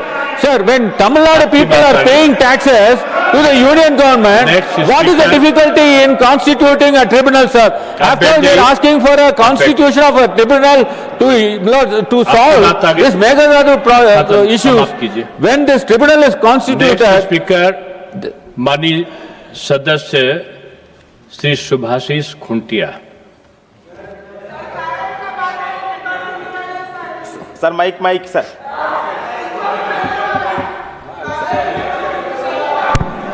Jai Jagannath. Thank you, Vice Chairman sir, for giving me the opportunity to speak on the Taxation and Other Laws Amendment Bill 2026. Sir, सरकार ने geopolitical developments और economic uncertainty को ordinance का आधार बताया, लेकिन इसी bill में foreign institutional investors, diamond और इलेक्ट्रॉनिक सेक्टर के लिए 2040 और 41 तक के लॉन्ग टर्म टैक्स बेनिफिट्स दिए गए हैं। यदि आवश्यकता तत्काल थी तो लाभ इतने लॉन्ग टर्म क्यों? क्या ऐसे रिफॉर्म्स पार्लियामेंट के रेगुलर लेजिस्लेटिव प्रोसेस से नहीं लाया जा सकता था? सरकार ने टैक्स एग्जेम्पशन दिए हैं, क्या आकलन किया गया है कि इनसे कितना इन्वेस्टमेंट, एम्प्लॉयमेंट और रेवेन्यू फॉरगन होगा और इंडियन इंडस्ट्रीज तथा एमएसएमईज पर क्या प्रभाव पड़ेगा? सर, क्लॉज 2 के तहत सेक्शन 10A में बदलाव किया गया है। पहले इलेक्ट्रॉनिक्स पेमेंट मोड पर चार्ज नहीं लगाया जा सकता, अब सेंट्रल गवर्नमेंट मोड्स नोटिफाई करेगी। क्या नॉन नोटिफाइड मोड्स पर चार्जेस लगाया जा सकेगा? डाटा सेंटर्स को टैक्स बेनिफिट्स दिए गए हैं, लेकिन इनमें पानी और बिजली की व्यवहार बहुत अधिक होती है। क्या वाटर स्ट्रेस्ड क्षेत्रों में इनके एनवायरमेंटल इंपैक्ट का असेसमेंट किया गया है? सर महोदय, मैं उड़ीसा से आता हूं। श्री नवीन पटनायक जी के नेतृत्व में उड़ीसा ने industrial infrastructure, single window clearance, MSME promotion और पॉलिसी स्टेबिलिटी के माध्यम से इन्वेस्टमेंट आकर्षित किया। उड़ीसा को सरप्लस स्टेट बनाया और नीति आयोग के फिस्कल हेल्थ इंडेक्स में रैंक 1 हासिल किया। एफआईए मुख्य पोर्टफोलियो इन्वेस्टमेंट हो, इससे लिक्विडिटी बढ़ती है, लेकिन फैक्ट्रीज, एमएसएमईज और एम्प्लॉयमेंट स्वतः नहीं बढ़ती। क्या सरकार ने इन इंसेंटिव्स के वास्तविक इंपैक्ट का आकलन किया है? ट्रीटी शॉपिंग और राउंड टिपिंग रोकने के लिए क्या सेफगार्ड्स है? अंत में हर टैक्स इंसेंटिव्स के साथ रेवेन्यू इंपैक्ट स्टेटमेंट पार्लियामेंट के सामने रखा जाए, इंडिपेंडेंट रिव्यू हो और Indian MSMEs, domestic industry, environment तथा इंडियन इन्वेस्टर्स को समान पॉलिसी सपोर्ट मिले। टैक्स कंसेशन का उद्देश्य केवल फॉरेन कैपिटल लाना नहीं, बल्कि इंडियन इंडस्ट्री और हमारा युवाओं के लिए रोजगार को भी मजबूत करना चाहिए। सर धन्यवाद। जय जगन्नाथ, वंदे उत्कल जननी। सर बहुत धन्यवाद। नेक्स्ट स्पीकर माननीय सदस्य Shri S Niranjan Reddy, 2 minutes. Thank you, sir. Sir, my party YSRCP and my leader Jagan Mohan Reddy joins me in supporting this bill wholeheartedly. There are 2 or 3 issues this bill seeks to achieve, sir, so we want to support the government. There's a concern that a lot of members have addressed about the UPI payments and they becoming chargeable. We take comfort that the government has clarified that there will be no UPI burden on the consumers. If steps are taken effectively, that should, I think, harbor any, sorry sir, it could take away any such concerns. Sir, I compliment the government that they are having a long-term manufacturing policy with regard to providing that for 40 years they will be having a particular mechanism in place. Sir, I may differ with some of the other members with regard to the requirement of foreign investment in India. India cannot progress without foreign investment. We need to do everything that is necessary for the purpose of bringing in foreign investment. I would therefore urge the government to take further steps, sir, for the purpose of ensuring that any obstacles are removed, because as and when the foreign investors would again start looking at India more positively and aggressively, we should have the rails for ensuring that these investments come in seamlessly. Thank you, sir.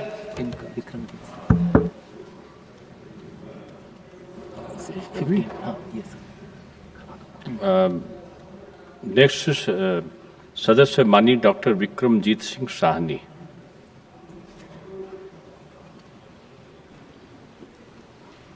Thank you.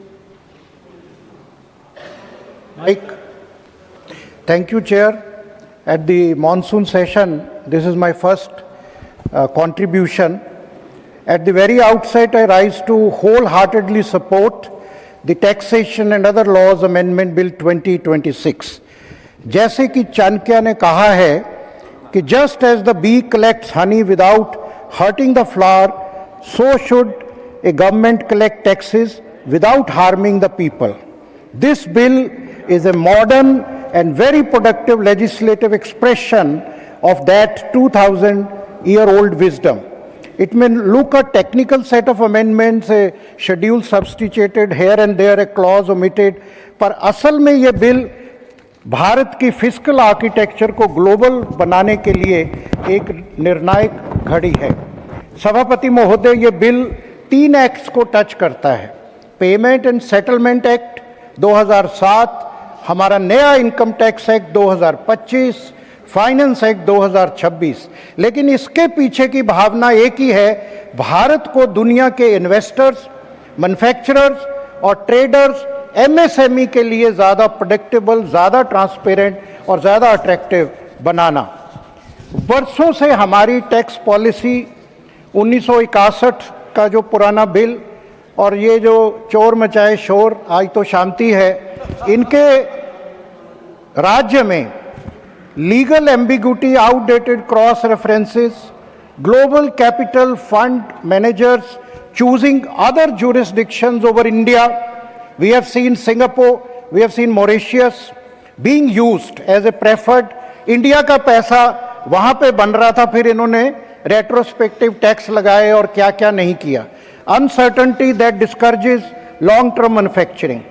आज जो हमारा UPI transaction है वो जो 2015 में 2 करोड़ थी, आज 24,162 करोड़ को पार कर गई हैं।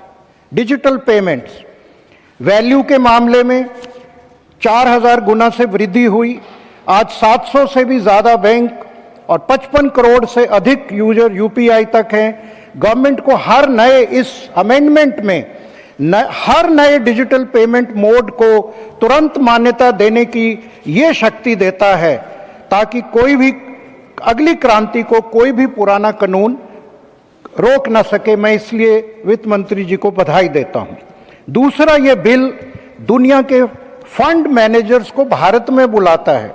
जैसा कि मैंने कहा कि ये पहले सारा बिजनेस सिंगापुर, मॉरिशस, दुबई चला जाता था, अब नए शेड्यूल से ये साफ नियम देता है कि भारत से काम करो और बेफिक्र रहो। तीसरा, ये बिल हमारे मैन्युफैक्चरिंग और डायमंड ट्रेडर्स को एक दशक का भरोसा देता है। मोबाइल मैन्युफैक्चरिंग की छूट अब 2040-41 तक और रफ डायमंड्स की सेल जो एक इकोनॉमिक जोन में है उसको 2000 कर पे छूट 2041 तक दी गई है, क्योंकि कोई भी बड़ी कंपनी 1-2 साल के भरोसे पर अरबों का निवेश नहीं कर सकती। Chairman sir, tax laws alone cannot build an economy, vision does. Over the last 11 years, 12 years, under the leadership of Honorable Prime Minister Modi, India's tax and fiscal architecture have been transformed from an instrument of fear to instrument of growth. UPA सरकार के समय भारत की income tax 1961 60 साल से भी ज़्यादा पुरानी थी। 819 सेक्शन थे, 47 चैप्टर थे, 5,12,000 शब्द थे, 1200 प्रोविजन थे।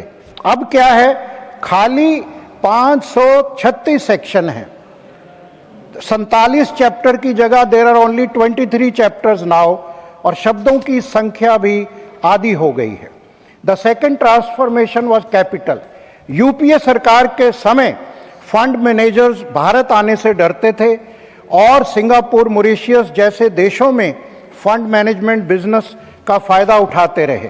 आज मोदी सरकार ने और मैडम निर्मला सीतारमण जी के नेतृत्व में गिफ्ट सिटी ही एक देख लीजिए, आईएफएससी में 200 से अधिक फंड मैनेजमेंट एंटिटीज और 300 से अधिक फंड्स रजिस्टर हुए हैं हमारे गिफ्ट सिटी गुजरात में, जिनका एसेट्स अंडर मैनेजमेंट $23.5 बिलियन है और उद्योग जगत का अनुमान है कि ये आंकड़ा 2030 तक $100 बिलियन तक जाएगा।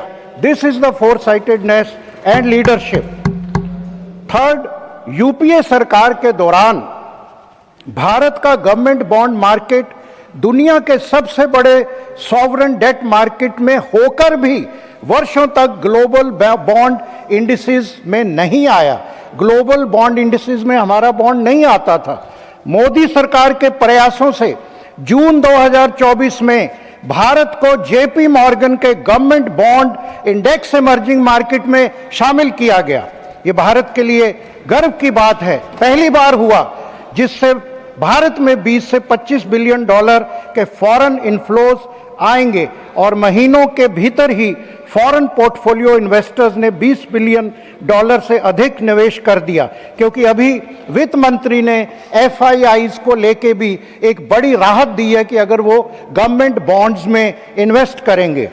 मैन्युफैक्चरिंग में यूपी सरकार के समय मोबाइल फोन भारत के सबसे बड़े इंपोर्ट आइटम्स में से एक था। हर मोबाइल फोन इंपोर्ट होता था। सेमीकंडक्टर जैसी कोर टेक्नोलॉजी में भारत कहीं नजर नहीं आता था। आज पीएलआई स्कीम के कारण मोदी सरकार में मोबाइल फोन प्रोडक्शन 33 गुना बढ़ी है। 18,000 करोड़ से जो है 627 करोड़ तक हो गया। मोबाइल एक्सपोर्ट्स 165 गुना बढ़े, 1500 करोड़। और जो सेमीकंडक्टर मिशन के तहत 1,64,000 करोड़ के 12 प्रोजेक्ट किए। हमारे पंजाब में ही वित्त मंत्री जी ने सेमीकंडक्टर मोहाली को 4,500 करोड़ देके सेमीकंडक्टर लैब को मॉडर्नाइज करने का ऐलान किया। वाटर प्रोडक्शन कैपेसिटी को 100 गुना किया। ये अमेंडमेंट बिल मैन्युफैक्चरिंग एग्जम्पशन को 2040-41 तक बढ़ाकर इस मैन्युफैक्चरिंग और सेमीकंडक्टर रेवोल्यूशन में एक रेवोल्यूशन लाएगा। अंत में जो हमारे भारत दुनिया में 15 में से 14 डायमंड्स को कट करता है और फिर भी रफ डायमंड ट्रेडिंग में हमारा Surat diamond board special notified area भी टैक्स अनसर्टेनिटी के कारण 60% रफ डायमंड दुबई और अन्य देशों में बाहर की कंपनियों को भेजा जाता था। लेकिन अब फॉरेन माइनिंग कंपनीज को जो स्पेशल नोटिफाइड जोन में रफ डायमंड निकालेंगे, बेचेंगे, उनको भी इस अमेंडमेंट बिल में 2041 तक टैक्स एग्जम्पशन देकर भारत को डायमंड कटिंग पॉलिशिंग हब ही नहीं बल्कि एक सच्चा ग्लोबल ट्रेडिंग हब बनाने का रास्ता खोल दिया गया है। सभापति महोदय, ये टैक्सेशन खाली अमेंडमेंट बिल नहीं है, ये मोदी सरकार की उस सोच का विस्तार है जो मानती है कि एक simple, predictable, globally integrated tax system विकसित भारत की नींव है। 2014 से अगर मैं गिनाने चलूं, समय नहीं है कि कैसे कैसे टैक्स को रिड्यूस किया गया, पर्सनल को, हाउस होल्ड को, लो इनकम ग्रुप्स को, कॉरपोरेट को, सब में बहुत जो है उसको कम किया गया सहूलियत के लिए। जो कानून पहले फियर, क्रिमिनलाइजेशन, लिटिगेशन के प्रतीक थे, आज वही कानून ट्रस्ट, इन्वेस्टमेंट के माध्यम बन गए हैं। जो कैपिटल पहले भारत से बाहर जाता था, वो आज वो भारत में आने का रास्ता खोज रहा है। आज भारत की टैक्स पॉलिसी मजबूत ही तो है, भारत की इकोनॉमी भी मजबूत है। टैक्स पॉलिसी सिंप्लीफाई होगी तो इन्वेस्टमेंट बढ़ेगा। So today we are not just amending this historical income tax laws and various benefits inter alia available to our business and industry. We are building the fiscal foundation of Fixed Bharat. Jai Hind. Thank you. धन्यवाद। Next माननीय सदस्य doctor M Thumbay दुरे, 2 minutes. Thank you, Honorable Vice Chairman, sir. I support this bill brought by Honorable Finance Minister. Sir, this bill seeks to amend the Payment and Settlement System Act 9, 2007, the Income Tax Act 2025, and the Finance Act 2026. It also seeks to replace the Income Tax Amendment Ordinance 2026 with the Act of Parliament. The government has stated that these measures are necessary in view of the global economic uncertainty, disruption, international trade and supply chains, and the need to provide great taxes. Certainty, sir. I want to raise one point, sir.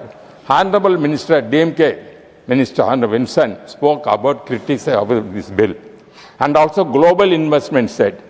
I want to know from Honorable Finance Minister, during the DMK period, Stalin visited, former chief minister visited so many places, global event there. How much money brought for the investment here and benefited Tamil Nadu? Because he's a finance minister, he can explain that, what kind of thing they have done. Because during the DMK period, the whole economy of the Tamil Nadu gone very bad. Nearly 10 lakh crores of loan, borrowed crores of rupees, but the economic condition of Tamil Nadu is very bad condition. But he is criticizing certain things. And also same, sir, the aspersions he made, because once he said, because some 5 rupees something is giving for getting coffee, but we are having 500 rupees. What about, he thinks about we are very poor, they are poor people, we are rich people. It's the aspersion of the members of other members. It's a member speaking about criticizing that this system and the digital system. He is telling about that other members having 500 rupees, 600 rupees like that. If you have said 50 rupees something, you are telling. This is the way aspersion is making on the members speak. Said it's a privilege, I'm telling. You must not criticize the other members. You may be poor or rich, but how can you criticize other members? You are having so much of money, but he is having giving a small amount. This is the bill. You spoke about that. That is why I'm speaking. How can you criticize other members? That members' attitude always like this, sir. Thank you very much. धन्यवाद। माननीय सदस्य Shri Sanjay Singh ji, 2 minutes. धन्यवाद मान्यवर, आपने इस महत्वपूर्ण bill pay मुझे अपनी बात कहने का मौका दिया। मान्यवर, मैं इस बिल के विरोध में अपनी बात कहने के लिए खड़ा हुआ हूं, और इस बिल का विरोध इसलिए कर रहा हूं कि आप इस बिल को अगर एक लाइन में कहना चाहें तो लौट के बुद्धू घर को आए वाला बिल है ये। मान्यवर, पहले आपने कहा डिजिटल इंडिया होना चाहिए, सारा व्यापार डिजिटली करिए, छोटे छोटे पेमेंट आप डिजिटली करिए। प्रधानमंत्री जी गर्व से कहते हैं वो चाय वाले हैं, लेकिन इस बिल के माध्यम से चाय वाला, सब्जी वाला, समोसे वाला, ठेले वाला, ऑटो वाला, टैक्सी वाला, रिक्शा वाला, सबका व्यापार आप चौपट कर रहे हैं। क्या कह रहे हैं आप इस बिल के अंदर? आप इस बिल में कह रहे हैं कि यूपीआई से जब आप पेमेंट करेंगे तो जो व्यापारी होगा, जो व्यापार कर रहा होगा, जिसके खाते में आप पैसा डालेंगे, उसके ऊपर हम टैक्स लगाएंगे। क्यों लगाएंगे आप टैक्स? छोटे छोटे व्यापार, सब्जी वाले पे, चाय वाले पे आप अतिरिक्त भार डालने जा रहे हैं, और देश के अगर मान लीजिए आप उनके ऊपर भार डालने जा रहे हैं, वो किसी उपभोक्ता का रिश्तेदार तो है नहीं मान्यवर, घुमा फिरा के वो अपने सामानों का दाम बढ़ाएगा, जिसका खामियाजा लोगों को भुगतना पड़ेगा, जिनके ऊपर टैक्स के बढ़ने के कारण महंगाई बढ़ेगी। तो ये दो तरह से मार करने वाला टैक्स है, नंबर एक। दूसरी बात, ये बिल लाया किन परिस्थितियों में गया है, ये देश को जानना जरूरी है। 31 मार्च 2026 को जो यूनाइटेड स्टेट्स ट्रेड रिप्रेजेंटेटिव्स है, यूएसटीआर, इसने आपत्ति जताई कि हिंदुस्तान में यूपीआई पर जीरो टैक्स की वजह से हम लोग बर्बाद हो रहे हैं। तो ट्रंप के दबाव में भारत की संप्रभुता को गिरवी रख के ये बिल लाया गया है, इसलिए इस बिल के हम खिलाफ। मान्यवर, बहुत कम स्पीकर हैं, 1-8 मिनट का समय मुझे और दे दीजिए। मान्यवर, आपका जो समय, विदेशी दबाव में भारत की संप्रभुता को गिरवी रख के आप ऐसा बिल ला रहे हैं जिसमें फॉरेन इन्वेस्टर्स को तो आप टैक्स में 100% एग्जम्पशन दे रहे हैं, लेकिन जो हिंदुस्तान में छोटे छोटे व्यापार करने वाले लोग हैं उनके ऊपर आप टैक्स लगाने जा रहे हैं। खत्म कर रहा हूं सर, 30 सेकंड और दे दीजिए। मान्यवर, यह सरकार कहती है यूपीआई के पूरे सिस्टम को मैनेज करने में आपको पैसा खर्च करना पड़ता है। अरे भैया, 27,000 करोड़ रुपए तो आपने सिर्फ मिनिमम बैलेंस चार्जेस के नाम पे 2 साल में देश के करोड़ों उपभोक्ताओं से ले लिया। तो इसलिए मैं आपके माध्यम से कहना चाहता हूं सरकार से, यह बिल इस देश के आम आदमी के खिलाफ है, छोटे व्यापारियों के खिलाफ है। इस बिल के विरोध में अपनी बात कहते हुए अनुरोध करूंगा कि इसको वापस लिया जाए। माननीय श्रीमती महुआ माझी, नॉट प्रेजेंट। माननीय Shri LK Sudheesh, not present. माननीय डॉक्टर कल्पना सैनी, 10 मिनट्स।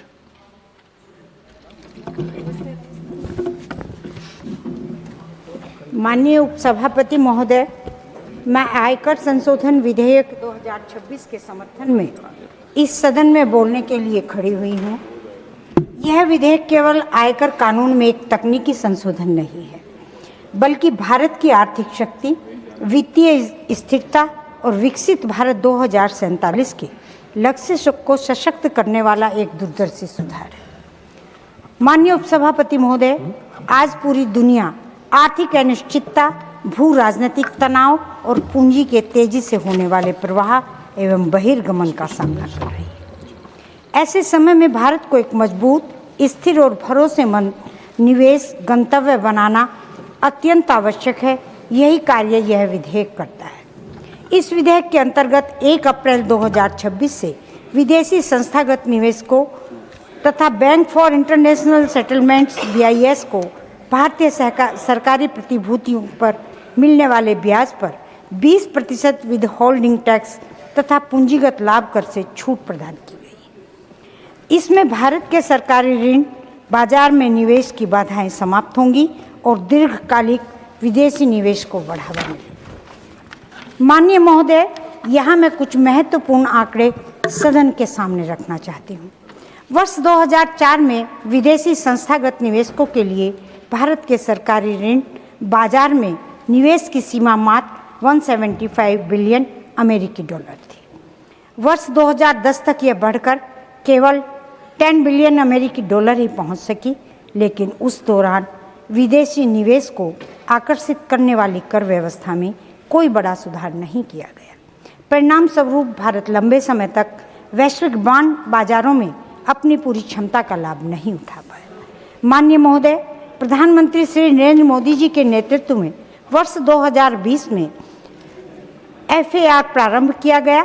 इसके परिणाम स्वरूप भारत को JP Morgan, JBI EM index, Bloomberg EM local currency index तथा FISE result emerging market index जैसे प्रमुख वैश्विक सूचकांकों को स्थान मिला। अब यह विधेयक भारत के लिए ग्लोबल एग्रीगेट इंडेक्स में शामिल होने की संभावना को भी मजबूत करता है।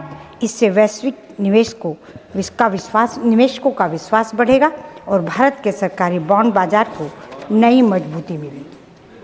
माननीय महोदय, इस सुधार का एक बड़ा लाभ यह होगा कि रुपया अधिक स्थिर रहेगा। जब दीर्घकालिक विदेशी निवेश बढ़ेगा, तब विदेशी मुद्रा का प्रवाह बढ़ेगा, जिससे वैश्विक अस्थिरता के समय रुपये पर पड़ने वाला दबाव कम होगा और भारत की व्यापक आर्थिक स्थिरता मजबूत होगी। यह विधेयक केवल सरकारी प्रतिभूतियों तक सीमित नहीं है, इसका लाभ देश के उद्योगों और MSME क्षेत्र को भी मिलेगा। जब सरकार को विदेशी निवेश से अधिक पूंजी उपलब्ध होगी, तब घरेलू बचत पर दबाव कम होगा और निजी उद्योगों के लिए सस्ता ऋण उपलब्ध होगा। इससे निवेश बढ़ेगा, रोजगार बढ़ेंगे और आर्थिक विकास को नई गति मिलेगी। माननीय महोदय, इस विधेयक का एक और महत्वपूर्ण पहलू यह है कि सेवरिन ग्रीन बॉन्ड्स को भी इसका लाभ मिलेगा। इससे पर्यावरण अनुकूल परियोजनाओं में वैश्विक ESG निवेशकों की भागीदारी बढ़ेगी और भारत के हरित विकास अभियान को गति मिलेगी। माननीय महोदय, दस्तावेजों में यह भी उल्लेख किया गया है कि संस्थागत अनुमानों के अनुसार इस सुधार से अगले लगभग 1.5 वर्ष में 80 बिलियन अमेरिकी डॉलर तक का दीर्घकालिक वैश्विक निवेश भारत में आकर्षित हो सकता है। यदि ऐसा होता है तो यह भारत की अर्थव्यवस्था, अवसंरचना विकास और वित्तीय स्थिरता के लिए अत्यंत महत्वपूर्ण सिद्ध होगा। आज विश्व भारत की ओर आशा और विश्वास के साथ देख रहा है। भारत दुनिया की सबसे तेजी से बढ़ती प्रमुख अर्थव्यवस्था है। ऐसे समय में यह विधेयक भारत की वित्तीय संप्रभुता को और अधिक मजबूत करेगा तथा विकसित भारत 2047 के लक्ष्य को प्राप्त करने में एक महत्वपूर्ण भूमिका निभाएगा। अंत में मैं माननीय वित्त मंत्री जी तथा आदरणीय प्रधानमंत्री श्री नरेंद्र मोदी जी के दूरदर्शी नेतृत्व की सराहना करती हूँ, जिन्होंने ऐसे महत्वपूर्ण आर्थिक सुधारों के माध्यम से भारत का वैश्विक निवेश का सबसे विश्वसनीय केंद्र बनाने की दिशा में ऐतिहासिक कदम उठाया है। इन्हीं शब्दों के साथ मैं आयकर संशोधन विधेयक 2026 का पूर्ण समर्थन करती हूँ। धन्यवाद। जय हिंद। श्रीमान Rajiv Kumar, not present.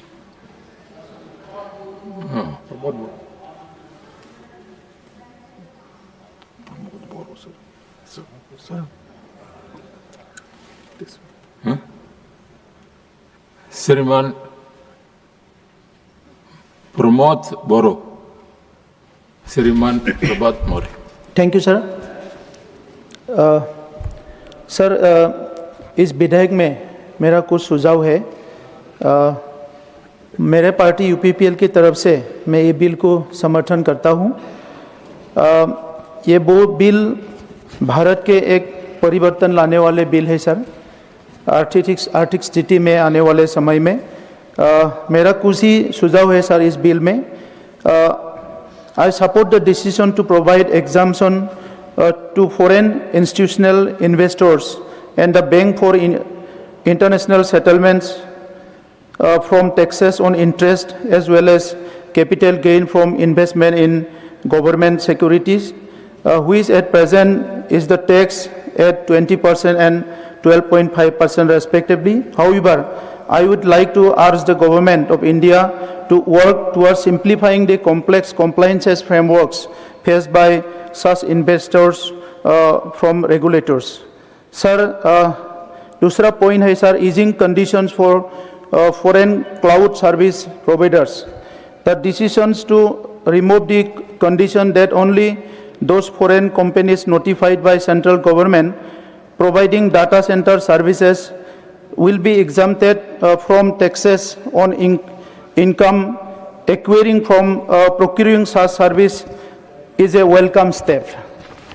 Next, sir, I would like to urge the government of India to develop an integrated framework for renewable energy infrastructure with the proposed creation of data centers to account for reduction in carbon emissions in the long term. Sir, my next point is providing tax exemption for key industries. The new bill extends income tax exemption for foreign companies supplying capital goods, tooling and machinery to domestic Indian contract manufacturers, along with extension of exemption until 2040-41 is a welcome step. I would like to ask the government to consider calibrated implementation of such measures, just a second sir, for labor-intensive sectors like textile, handicrafts, tourism, which contribute significantly to the employment. Thank you, sir. Oh, next, Srimati Rekha Sharma. Sir, Mike. Thank you, Honorable Deputy Chairman, sir. I rise in support of the Taxation and Other Laws Amendment Bill 2026. Today, I do not wish to speak in sections, schedules, or complicated tax terminology. Laws are not only for the lawyers, chartered accountants, or tax experts. They are also for ordinary citizens who work in the offices, run small businesses, make investment, sets up factories, and honestly pays taxes. For me, the most important aspect of this bill is that our government, under the leadership of Prime Minister Modi, does not treat taxation merely a tool for revenue collection. Our tax policy is also economic policy, investment policy, and also employment policy. And ultimately, it is about common Indian who needs jobs, businesses, opportunities, and system where government is not an obstacle but a facilitator. So I want to make one thing very clear. Our earlier income tax was of 1961, old, redundant, and useless. The decades, the governance and taxation system carried an old administrative mindset, complicated laws, difficult language, too many conditions, too many approvals, and unnecessarily friction between taxpayer and the state. Under the leadership of Honorable Prime Minister Shri Narendra Modi, a major shift has taken place in recent years. The role of government is not to subject the citizen, but suspect the citizen, but to trust the citizen.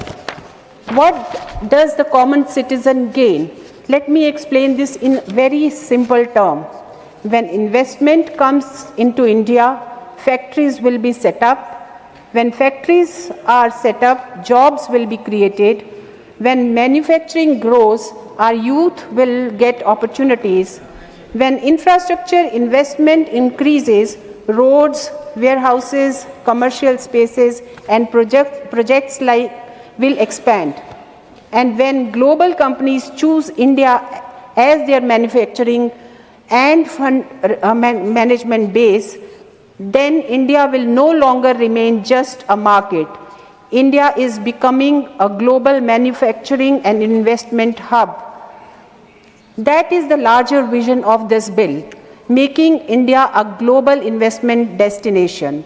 Earlier, eligible investment funds had many complicated conditions. How many investors must be there? How much one investor can invest? What should be the corpus? And in which entities investment can be made? There were multiple restrictions. This bill rationalized those conditions. This message is very clear. If you are a genuine global investor and want to operate transparently, India welcomes you. We do not want to keep capital outside and count paperwork. We want capital to come, enterprises to come, employment to come, and growth to happen in India. Today, from mobile phones to semiconductors, the world is rethinking supply chains. India has a historic opportunity. This bill provides for exemptions under specified conditions for income related to foreign companies, places component in custom bond warehouses and supplying them to Indian contract manufacturers for electronic production for a period of 15 years up to 31st March 2041. In simple language, it means components will come to India, manufacturing will happen in India, and jobs will be created for our youth. This is not just a tax concession. It is a tool to connect Make in India with global supply chains. India is one of the largest diamond processing center in the world. Our artisans cut and polish diamonds, but a large part of global rough diamonds trade has historically been routed through other international centers. Now, eligible foreign companies dealing in rough diamonds in special notified zones are being given exemption on specified income for 15 years up to 31st March 2041. Our objective is simple. The diamond processed in India should also be traded and valued from India. If Skill India is ours, then opportunity must be ours. Today, infrastructure is not built only through government budgets. This bill removes an anomaly related to dividend taxation for business trust unit holders. Even if a special purpose vehicle moves to the new tax regime, specified dividend income exemption will still be available to unit holders. This makes the taxation structure more rational and predictable. If rules change every day or interpretations keep shifting, investment will never come. Our government's principle is clear rule, stable policy, and predictable taxation. Today, India is globally recognized for UPI. From street vendor to large showrooms, QR codes have become a symbol of India's digital revolution. This bill updates Section 10A of the Payment and Settlement Systems Act 2007. Earlier, it referred to a specific section of Income Tax Act 1961. Now, the central government will have flexibility to notify electronic payments, payment modes where no charges can be imposed on payers or receiver by bank or system providers. In simple terms, the law is being made more flexible so that it can adapt to evolving digital technologies. Digital India cannot be static, and therefore its laws can't be static either. Sir, it is not just a tax bill. As I see this bill in 3 words: trust, certainty, growth. Trust in the taxpayers, certainty for the investor, growth for the nation. Sir, with this, I would like to again wholeheartedly support this bill and must congratulate Honorable Minister Nirmala Sitharamanji for getting this bill 2026. Thank you so much, sir. Shriman Santosh Kumar, not present. Shriman Ravi Chandra Vadiraju. Thank you, sir. Deputy Chairman, sir. Sir, I rise to participate in the discussion on the taxation and other laws amendment bill 2026, sir. At the outset, I acknowledge that the bill seeks to provide a greater tax certainty, encourage investment, strengthening domestic manufacturing, and improve India's competitiveness as an investment destination, sir. The proposed amendments relating to the foreign investment, electronics manufacturing, and the taxation framework for REITs and INVATs are intended to remove ambiguities and improve the ease of doing business, sir. However, while promoting investment is important, Parliament and must also ensure that tax reforms are equitable, transparent, and beneficial to the broader economy, sir. Sir, PRS legislative research has consistently observed that taxation laws should provide clarity, minimize litigations, and ensure the predictability for taxpayer. Frequent amendments through ordinance followed by the legislations, and should remain an exemption rather than the norm, because stability in tax policy is as important as the incentives themselves, sir. Sir, my first concern is whether these incentives will translate into higher employment and manufacturing within India, particularly in states like Telangana, which have emerged as major centers for electronics, pharmaceuticals, IT, and advanced manufacturing. Tax concessions must be linked with the measurable outcomes in terms of investment, technology transfer, and job creation, sir. Secondly, sir, while the bill provides greater certainty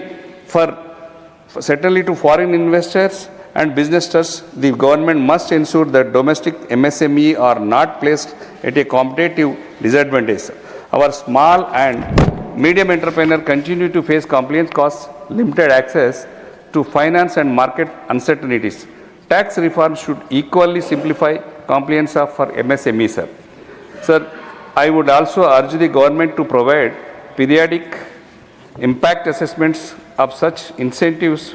Parliament should know how much revenue is foregone, how much investment has actually materialized, and how many jobs have been created because of these concessions. Finally, I request the government to ensure that states receive their fair shares of the benefits arising from increased investment. Telangana has consistently contributed to national growth in manufacturing, IT and exports and deserves equitably support in future industrial and infrastructure policies. Sir, with these observations, I hope the government will address these concerns while implementing the provision of the bill, sir. Sir एक 1 minute sir, हमारा तेलंगाना में लिए taxation के लिए भी देखा नहीं sir, जनता के लिए बहुत सारा स्कीम्स लगाया था sir, single window system sir, granite में भी सब्सिडी स्लैब सिस्टम देके उनके इंडस्ट्री को बचाया सर। मैं मैडम जी को भी रिक्वेस्ट कर रहा हूँ, MSME के लिए थोड़ा सपोर्ट अच्छा चाहिए सर। ज़्यादा इस कंट्री में MSME इंडस्ट्रीज बहुत है, 45 crore people depending on industry MSME है, इसके बारे में आप एक बार कॉन्सेंट्रेट करना मैडम। और एक छोटा सा है सर, हमारा तेलंगाना में भी किसानों के लिए एंड इंडस्ट्री के लिए, MSME के लिए और ज़्यादा लोगों के लिए सब्सिडीज़ भी encourage करके लैंड भी एलोकेट किए थे, सब्सिडी दिए थे, परमिशंस ईजी दिए थे, फ्री बिजली भी दिए थे और इंडस्ट्री को सेव करने के लिए ज़्यादा लोगों को मेहनत करके और सपोर्ट करके गवर्नमेंट बाहर से भी इंडस्ट्रीज जाने वाले लोगों को भी इधर इंडिया में हैदराबाद में रखने के लिए हम मोरा रख दिया था। इसके लिए मैं रिक्वेस्ट कर रहा हूँ, थोड़ा कॉन्सेंट्रेट MSC पे करने के लिए बोल रहा हूँ sir. Thank you very much sir, इस बिल को सपोर्ट कायम supporting this bill. Thank you. धन्यवाद उपसभापति जी, आपने मुझे taxation and other laws amendment bill 2026 पर बोलने का मौका दिया है। मैं इस बिल के समर्थन में खड़ा हूं सर।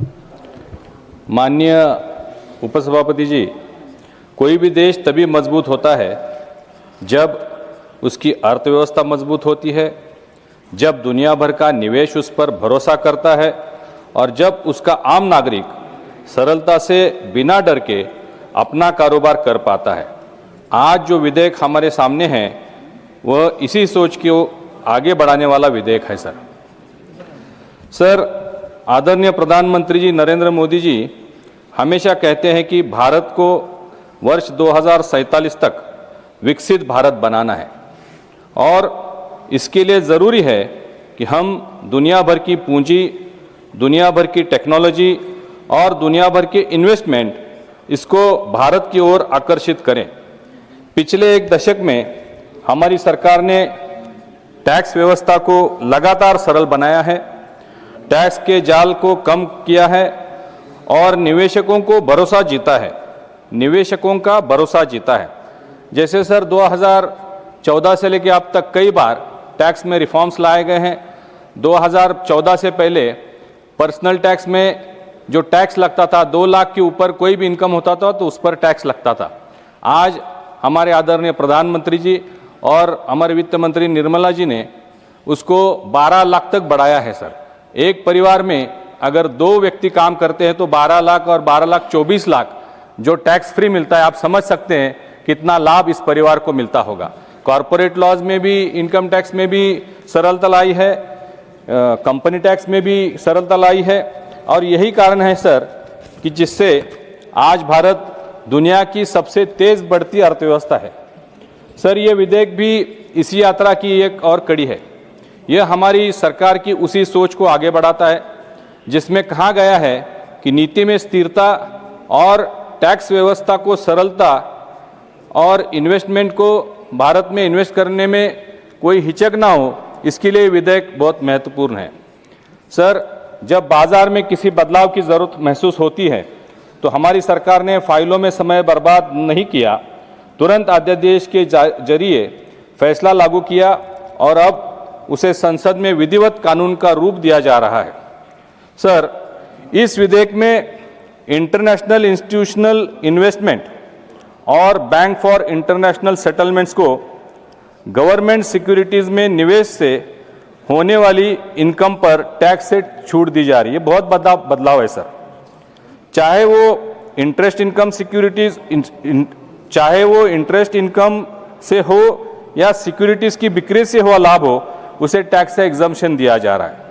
पहले इस पर सर 20% तक इंटरेस्ट टैक्स और 30% तक शॉर्ट टर्म कैपिटल गेन लगता था। अब ये छूट 1 अप्रैल 2026 से प्रभावी होगी।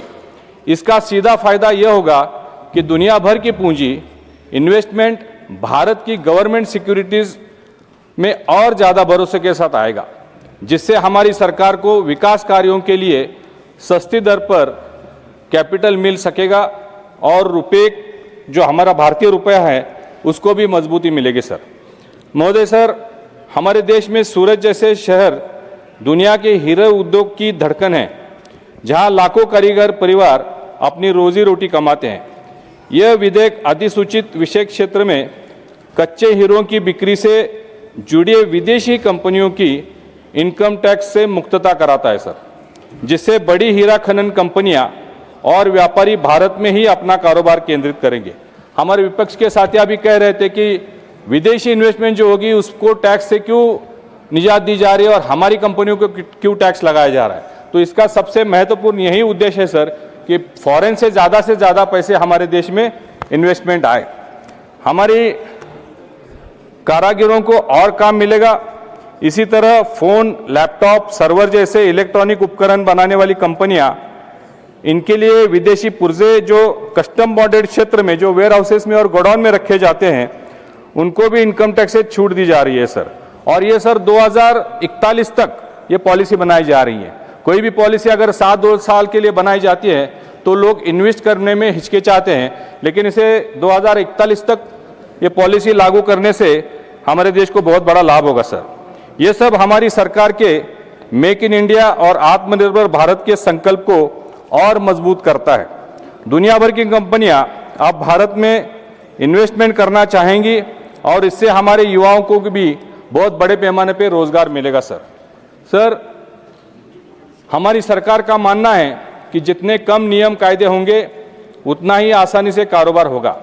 इस विधेयक में उन विदेशी इन्वेस्टमेंट फंड्स के लिए जो भारत से ऑपरेट होते हैं कई पुरानी शर्तें हटाई जा रही हैं। जैसे पहले था ऑपरेट करने में 25 सदस्यों की शर्त थी, एक निवेशक को सिर्फ 10% ही तक की सीमा थी, या 100 करोड़ मिनिमम कॉर्पस फंड्स, इसकी जो शर्तें थी ये सारी शर्तें हटाई जा चुकी है सर। यह सरलीकरण गिफ्ट सिटी जैसे हमारे अंतर्राष्ट्रीय फाइनेंशियल सेंटर को और मजबूत करेगा और दुनिया भर के फंड मैनेजर अब भारत से ही अपना काम चलाने के लिए प्रोत्साहित होंगे, जिससे भारत में रोजगार और रेवेन्यू दोनों में बढ़ोतरी होगी सर। आज पूरी दुनिया डिजिटल अर्थव्यवस्था की ओर बढ़ रही है और डेटा सेंटर उसकी रीढ़ है। इस विधेयक में डेटा सेंटर से जुड़ा जो भी होगा उसे टैक्स एग्जम्पशन दिया जाएगा और जो पहले दिया गया था उसको और जनरस किया जा रहा है सर। सरकार से अलग नोटिफिकेशन की शर्त अब हटाई गई है और डेटा सेंटर किसी भारतीय कंपनी द्वारा किराए पर लेकर ऑपरेट किए जाते हैं उन्हें भी ओनरशिप राइट जैसे टैक्स में एग्जम्पशन मिल रहा है सर। इससे भारत की डिजिटल अर्थव्यवस्था और डेटा सेंटर इन्वेस्टमेंट इसको वैश्विक केंद्र बन पाएगा, ये मेरा मानना है सर। इस विधेयक को लेकर कुछ दिनों से भ्रम फैलाया जा रहा है। अभी भी विपक्ष के कुछ साथी बात कर रहे थे तो उन्होंने यूपीआई के बारे में बात की। सर, जब ये यूपीआई टेक्नोलॉजी यहाँ पे लॉन्च हुई थी तब हमारे कांग्रेस के पूर्व मंत्री, वित्त मंत्री, इन्होंने इसका मजाक उड़ाया था सर। उन्होंने कहा था कि भारत एक गरीब देश है, यहाँ पे ये टेक्नोलॉजी कैसे चलेगी, यहाँ पे लोगों के पास मोबाइल नहीं है, लोगों के पास गांव-गांव में इंटरनेट नहीं है, छोटे रेडी वाले, पटरी वाले या छोटे छोटे सब्जी बेचने वाले, ये लोग इसको समझ नहीं पाएंगे। लेकिन आज सर हमारे देश में तकरीबन 48 करोड़ लोग यूपीआई का यूज कर रहे हैं, 6.5 करोड़ व्यापारी इसका यूज कर रहे हैं, लगभग रोज 1 लाख करोड़ का ट्रांजैक्शन यूपीआई से हो रहा है सर। इससे ये कानून और ये बदलाव और ये यूपी टेक्नोलॉजी कितनी महत्वपूर्ण है हम समझ सकते हैं। लेकिन आज हमेशा की तरह विपक्ष के कई साथी संसद के अंदर भी और बाहर भी ये भ्रम फैलाने की कोशिश कर रहे हैं कि इस पर यूपीआई पर कुछ चार्ज लगने वाला है। मैं पूरी तरह जिम्मेदारी के साथ यह कहना चाहता हूं कि ये पूरी तरह गलत है, सफेद झूठ है। यूपीआई पे आम नागरिक के लिए कोई भी चार्ज नहीं लगेगा, ये पूरी तरह मुफ्त है सर। महोदय, पहली की सरकारों में समय में टैक्स इतना उलझा हुआ था कि निवेशक भारत आने से पहले 10 बार सोचता था। आज उसको compelled laws, unstable policies, uncertain environment यहाँ पे भारत में नजर नहीं आ रहा है। पुरानी जो पहचान थी, इसके विपरीत हमारी सरकार ने टैक्स व्यवस्था को लगातार सरल बनाया है, स्थिरता दी है और इन्वेस्टर्स को भरोसा दिया है कि भारत में नीति बदलेगी नहीं बल्कि समय के साथ बेहतर होगी। महोदय, यही भरोसा है जिसके कारण आज दुनिया भर की कंपनियां भारत की ओर देख रही हैं। आदरणीय सभापति जी, उपसभापति जी, यह विधेयक इन्वेस्टमेंट को प्रमोट करता है, हमारे मैन्युफैक्चरिंग क्षेत्र को मजबूत करता है, डिजिटल अर्थव्यवस्था को गति देता है और साथ ही आम नागरिक के हित की रक्षा भी करता है। यह प्रधानमंत्री मोदी जी के उस विजन का हिस्सा है जिसमें भारत आत्मनिर्भर भी बनेगा और दुनिया के लिए निवेश का पसंदीदा ठिकाना भी बनेगा। मैं इस सदन के सभी माननीय सदस्यों से अनुरोध करता हूं कि इस विधेयक का समर्थन करें ताकि भारत की अर्थव्यवस्था और मजबूत हो, हमारे युवाओं को रोजगार मिले और विकसित भारत का सपना जो हमारे प्रधानमंत्री आदरणीय मोदी जी ने देखा है उसे हम जल्द साकार कर सके। इन्हीं शब्दों के साथ मैं इस बिल का पूरी तरह समर्थन करते हुए अपनी बात समाप्त करता हूं। धन्यवाद। जय हिंद, जय Maharashtra. Secretary General, message from Lok Sabha, Secretary General. Sir, with your kind permission, I rise to report that the Lok Sabha at its sitting held on the 10th of August 2026 passed the Tribunals Reforms Bill 2026. I lay a copy of the said bill on the table. Thank you. Shriman Vijay Sindhe Kayala. Honorable Deputy Chairman, sir, I rise today to support the Taxation and Other Laws Amendment Bill 2026 on behalf of the Telugu Desam Party.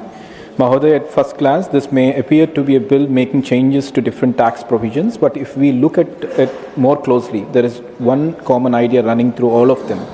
Make India a more attractive place to invest, manufacture, manage capital, and build technology. And in today's global economy, Mahoday, that is not a small objective. Capital has choices, technology has choices, companies have choices. If India wants to become a developed economy by 2047, our tax system must not merely collect revenue, it must also create confidence, encourage investment and enable growth. As Honorable Prime Minister Shri Narendra Modi ji has put it, reform to simply, perform to deliver, transform to impact. Mahoday, this bill is a reform designed to simplify, attract and enable.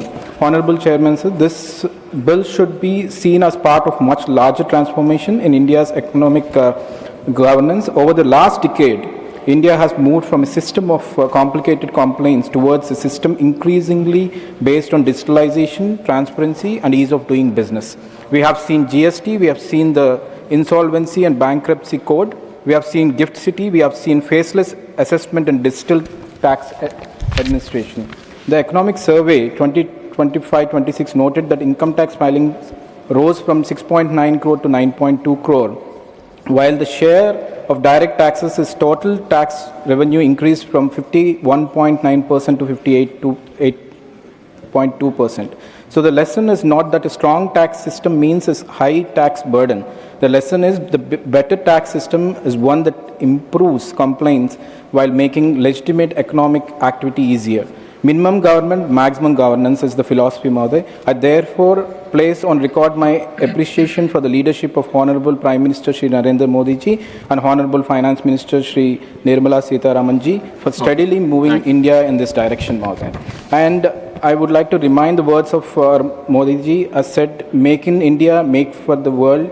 I would add, invest in India, manage from India, manufacture in India, innovate from India. Okay, thank you. And last point, Mahoday. And there's, we are first in my bloodline. I'm seeing this Google Data Center AA hub in Visakhapatnam. And this is done by our Honorable Chief Minister Chandrababu Naidu ji. And this will be useful for the renewable energy, fiber networks and everything.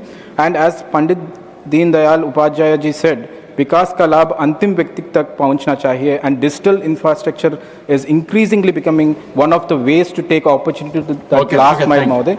And I would like to, on behalf of our party, I would like to suggest one thing. Investment in data must go together with security of data. So I would like to extend my wholehearted support to the Taxation and Other Laws Bill 2026. Thank you very much. Shriman Sanjay.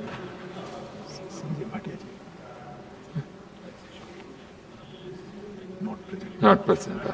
Shriman Baburam Nishad. वक्त पर आ गया, photo भी मेरा नहीं आएगा। बहुत बहुत धन्यवाद माननीय उपसभापति जी, मुझे आपने कराधान एवं अन्य विधियां संशोधन विधेयक 2026 के समर्थन में बोलने के लिए खड़ा हूं। निश्चित रूप से ये जो विधेयक आया है, ये इसकी बहुत महती आवश्यकता थी, क्योंकि ये विधेयक देश की अर्थव्यवस्था को मजबूत करने वाला विधेयक है और पूरी दुनिया, पूरा देश की अर्थव्यवस्था से अवगत है। लेकिन ये विधेयक और आधार बनेगा इस देश की अर्थव्यवस्था को बढ़ाने में। निश्चित रूप से विदेशी निवेश को बढ़ावा देने वाला, इलेक्ट्रॉनिक्स निर्माण को प्रोत्साहित करने वाला और भारत को आधुनिक डिजिटल एवं वित्तीय गतिविधियों का बड़ा केंद्र बनाने की दिशा में महत्वपूर्ण कदम है। माननीय महोदय जी, आज दुनिया में निवेश वहीं जाता है जहां का कानून सरल हो, कर व्यवस्था स्पष्ट हो और व्यापार करना आसान हो। जब से ये मोदी सरकार आई है और हमारे भारत सरकार की वित्त मंत्री बहन सीतारमण जी वित्त मंत्री बनी है, लगातार हम यहाँ निवेश बढ़ता जा रहा है। कानून ऐसे पड़े थे जो उलझे हुए थे, लोग व्यापार करने में सरलता सहजता नहीं महसूस कर पा रहे थे, न कर पा रहे थे। और निश्चित रूप से जब से मोदी जी देश के प्रधानमंत्री बने हैं, देश में ये व्यवस्था सुधरी है।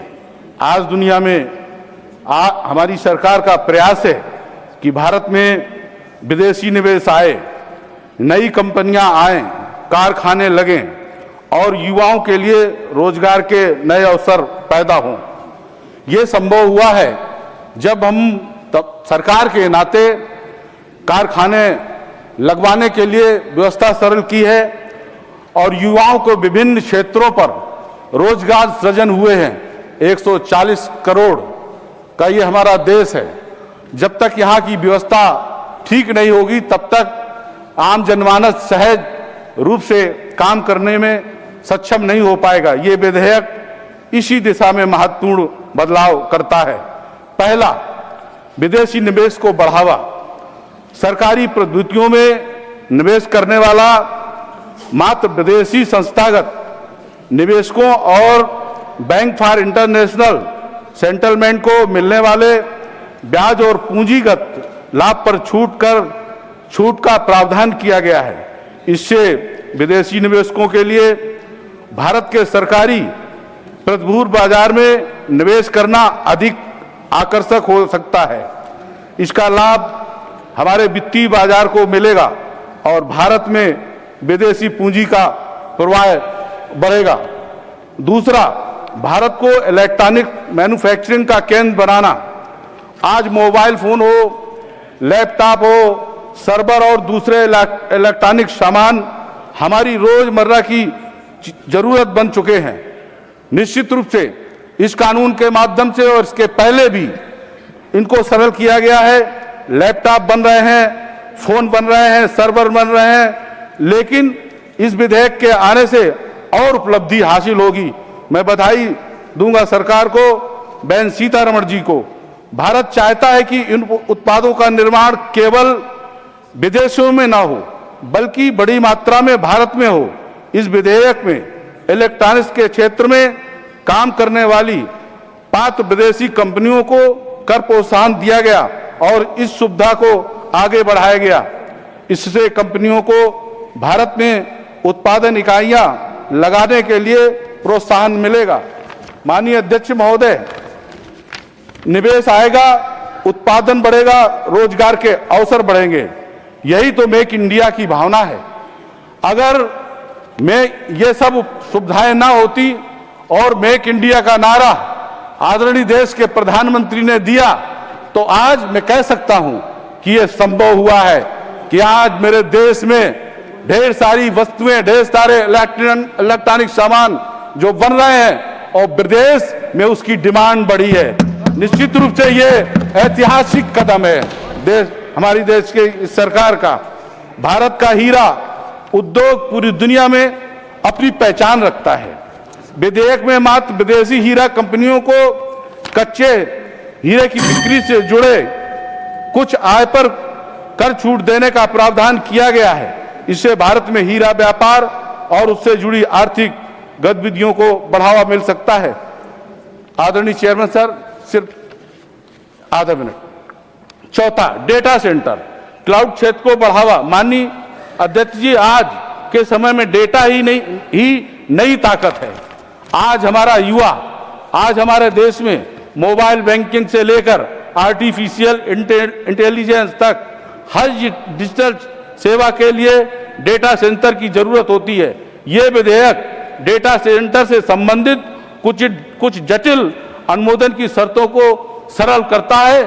तभी तो इस देश का युवा, माताएं और बहनें, किसान, नौजवान डेटा से जुड़कर देश और की उपलब्धियां और सरकार की उपलब्धियां से अवगत होता है और उन उपलब्धियों से लाभ लेता है। अपनी बात खत्म करता हूं। बहुत बहुत धन्यवाद।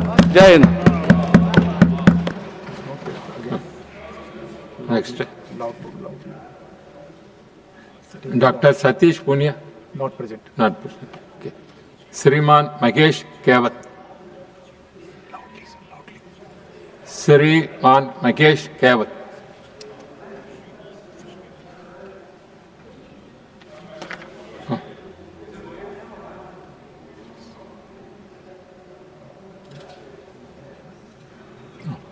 I can't see this. Madam Srimati Nirmala Sitharaman.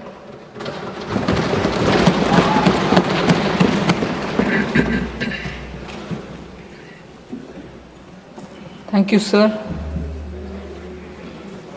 Even at the stage of introduction, I had mentioned that we are discussing amendments to the Payment and Settlement System Act 2007, the Income Tax Act of 2025, and also amendment to the Finance Act of 2026.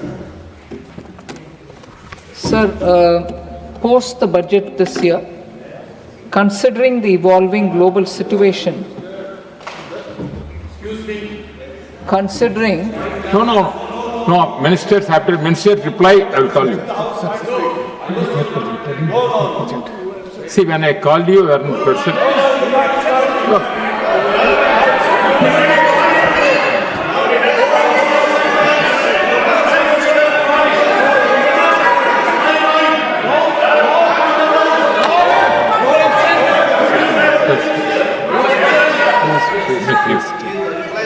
Please take your seat.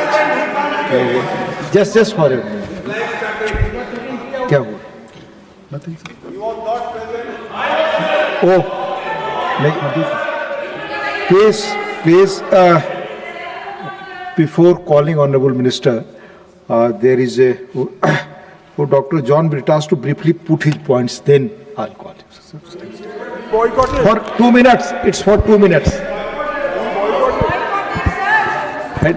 You are not here.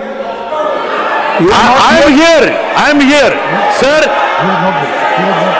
I am here, sir.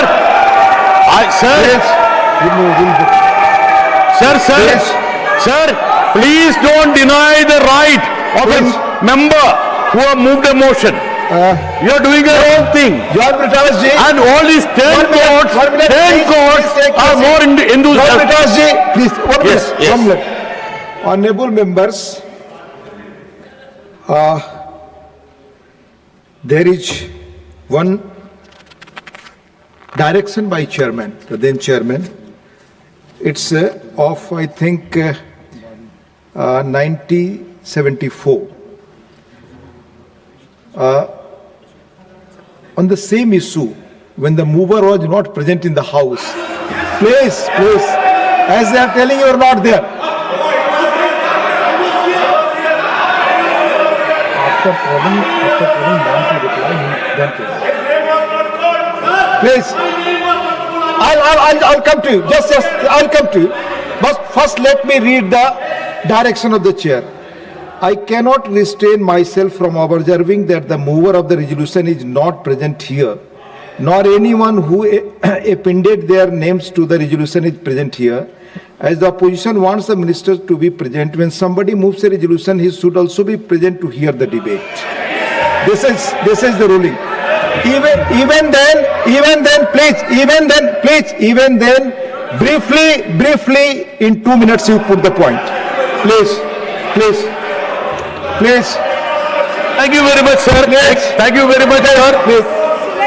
I am thankful to the deputy chairman. 2 minutes only. 2 minutes. Sir, 5 minutes minimum, sir. Sir, Honorable Minister. Please. Honorable, baite, what is it? Just briefly you tell you, आपकी समय जा रहा, आपका समय जा रहा. Sir, Honorable Minister has facilitated promulgation of the ordinance and subsequently brought this bill, thinking that the foreign capital would come to this country. And she is much more relying on the promises of the foreign countries. There have been insistence on the part of US Trade Representative that you need to charge UPI. The same pressure was exerted on Brazil.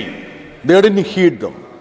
Now, the policy of the government is completely being upended, and she has cleverly brought in the UPI component in this piece of legislation.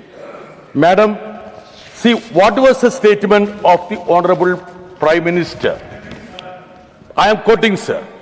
Prime Minister Modi told first G20 finance ministers and central bank governors in February 2023 that India's digital payment of a commodity which is being produced.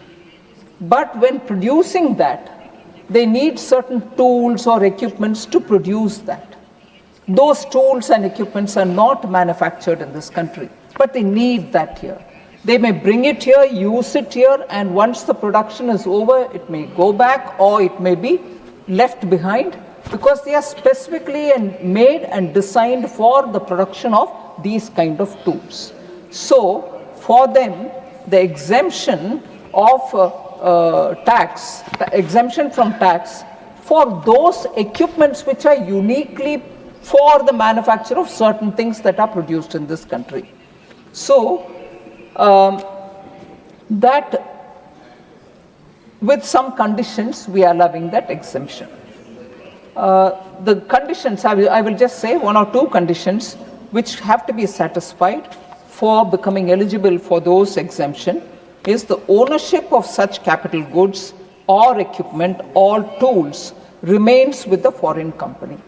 It cannot be transferred to the local company. Such capital goods and equipment or tools is under the control and the direction of the contract manufacturer who's manufacturing in this country. Third, the contract manufacturer should be company resident in India and located in a custom bonded area. And finally, the contract manufacturer produces electronic goods on behalf of a foreign company for a consideration. If he fulfills these conditions, they will be eligible for the tax exemption for those tools, for those machines which come uniquely for manufacturing those items. So what would this do? For instance, some of the items are laptops, all-in-one personal computers and tablets, servers, ultra-small form factor USFF as they say, sub-assemblies to the finished goods and so on, sir. So this is aimed at getting larger ecosystem to come into the country so that a specific manufacturing which is now giving good results for India can now get the entire ecosystem to India so that that process of manufacturing is not a one-off item. So many other investments will come for providing additional support to that ecosystem itself and create employment, bring in newer investments and so on. So a larger ecosystem for enabling contract manufacturing for, not limited to, for mobile phones, laptops, personal computers, servers and related equipments which can be done in India. So that is one of the additional thing over and above the two ordnance related matter. The amendments are for this. The second one, sir, amendment of conditions of provisions providing exemption to a foreign company procuring data services from a specified data center. So this also comes with a lot of, and this exemption is provided up to the year ending 31st March 2047.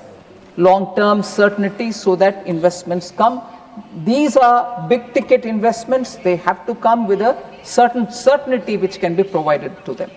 They also have a lot of such conditions. Now, what is the outcome that we are expecting by bringing this? The outcome that I'm expecting is to provide ease of doing business for companies, providing cloud services by way of procuring data center services in India. The amendment is also expected to enable much larger ecosystem, again, of Indian data centers, providing data center services to a foreign company. The reform will enable AI data cities in India and is expected to bring in significant investments for AI data cities in India. Sir, I want to add beyond the language of the Act itself, which I've partly narrated, that there is an apprehension that this is only for foreign companies. These kind of exemptions are not going to be available for Indian companies. It's not true at all, sir. I want to explain how. This will enable, sir, current data centers to expand their footprints and services for foreign cloud service providers. There are foreign cloud service providers, but there are very many Indian companies providing services to them. They also get covered.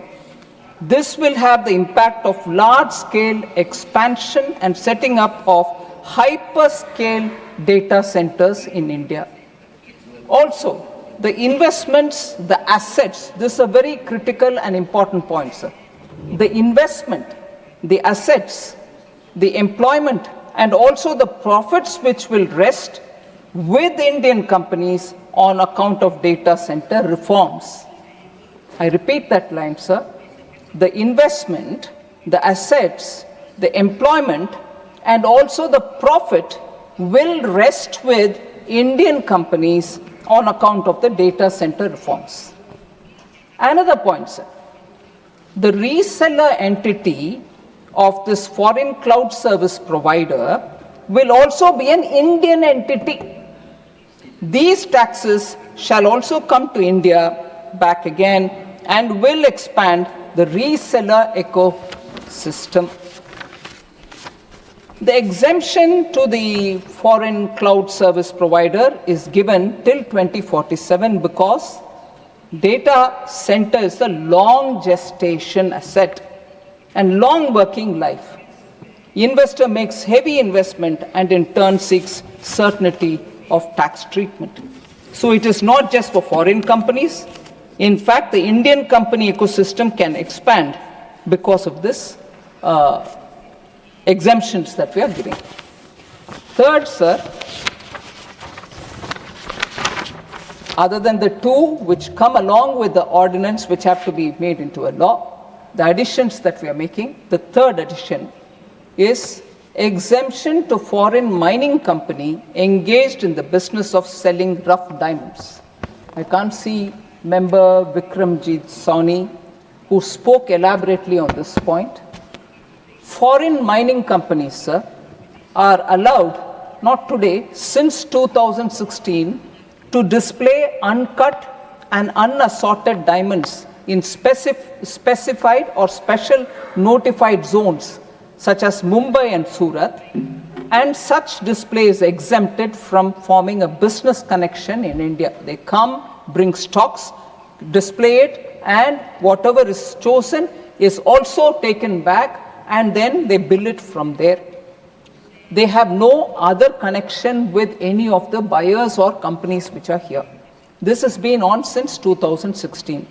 For enabling sale of rough diamonds in these zones, safe harbor rules or a framework under Rules 99, 102 of the Income Tax Rules 2026 was provided for foreign mining companies engaged in the business of selling raw diamonds, uncut diamonds, wherein the profit and gains of the eligible business chargeable to tax shall be 4%. That is the safe harbor, or more of the gross receipts from that business.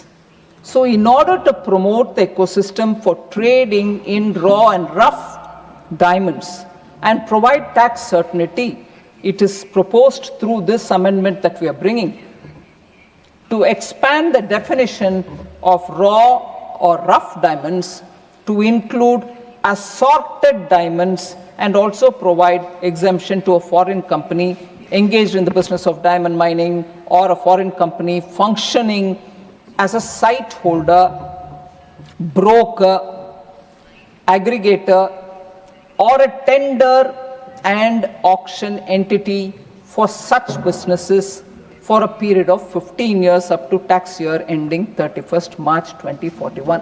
We have elaborately mentioned each one of the categories so that there is no confusion about who is eligible and who is not eligible. The new provision, therefore, is proposed to be inserted at serial number 13F of the table in Schedule 4 of the Income Tax Act 2025. The amendment outcome, sir, what are we expecting from this? The amendment is expected to shift some of the diamond trading businesses which happen in places like Amsterdam, Antwerp, or parts of Israel to move to India, diamond trading business to India, and also promote ecosystem for financing of buying and selling of diamonds in India itself.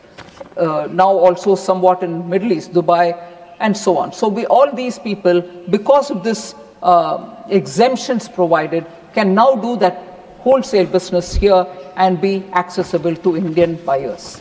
That is the outcome that we expect, that the entire ecosystem can be available here.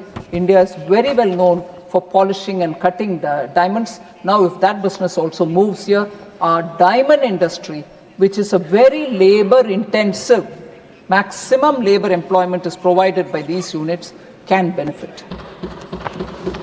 So, fourth amendment which we are bringing here, exemption to a foreign company storing components for sale to a contract manufacturer involved in manufacturing of specified electronic goods. So I just want to elaborate on this. Assume that there is a phone manufacturer. There are several thousands of little parts which go into making that phone. Each time he wants a particular component, he will have to place an order, wait for the component to be brought in, then supplied, then make it. But making of these items, which are very export sensitive, require timely supply of these components. There is no way in which you can expedite the supply if you have to each time import it. So among the industry, the idea was, if there was, unless they're keeping it in a ship in the high seas, instead of that, they could hold it within our borders, somewhere close to the port, not as a ownership, it's in the ship or here, but immediately supplied to that particular notified manufacturer, that particular component, and whatever tax has to be paid will be paid. Therefore, foreign companies were provided a safe harbor till now at the rate of 2% or more of the gross receipts from the business activity of storage of components in a warehouse in a custom bonded area. So the framework is part of Rule 99 to 102 of the Income Tax Rules 2026, applies where such components are sold to a contract manufacturer, specified fellow, of specified electronic goods. So what are we proposing now? Accordingly, it is proposed that exemption may be provided on the income of a foreign company storing components for sale to a contract manufacturer involved in manufacturing a specified electronic goods for a period of 15 years up to the tax year ending 31st March 2041. So the specific or specified electronic goods are again mobile phones, laptops, all-in-one personal computers and tablets, servers, ultra-small form factors, USFF, sub-assemblies to the finished goods mentioned in clauses 1 and 2, that is phone and laptops, hearables, wearables and accessories related to finished goods mentioned in clauses 1 and 2. So what is the outcome we are expecting out of this? Amendment is expected to enable a much larger ecosystem for contract manufacturing of mobile phones, laptops, personal computers, servers and related components in India. So the fifth additional thing that we are bringing on is exemption to a unit holder on dividend received or receivable from a special purpose vehicle of business trust where such SPV is in new regime. So this is a very simplified one, which I think all of us were aware of. We brought in the accumulated MAT, which was in the old income tax regime, sort of as a final tax, and from now we wouldn't collect MAT under the old regime, nor do we want to collect under the new regime. But in order to exhaust the MAT or the MAT, which has already got accumulated, we said companies will have to move over to the new tax regime. Now, when they move into the new tax regime with the accumulated MAT, which they would want to exhaust, they would have a SPV in the case of InvITs and so on. They would have an SPV. That's one thing which has happened through the finance bill. In the new income tax regime, sir, we don't allow any exemptions, which is well known to everybody.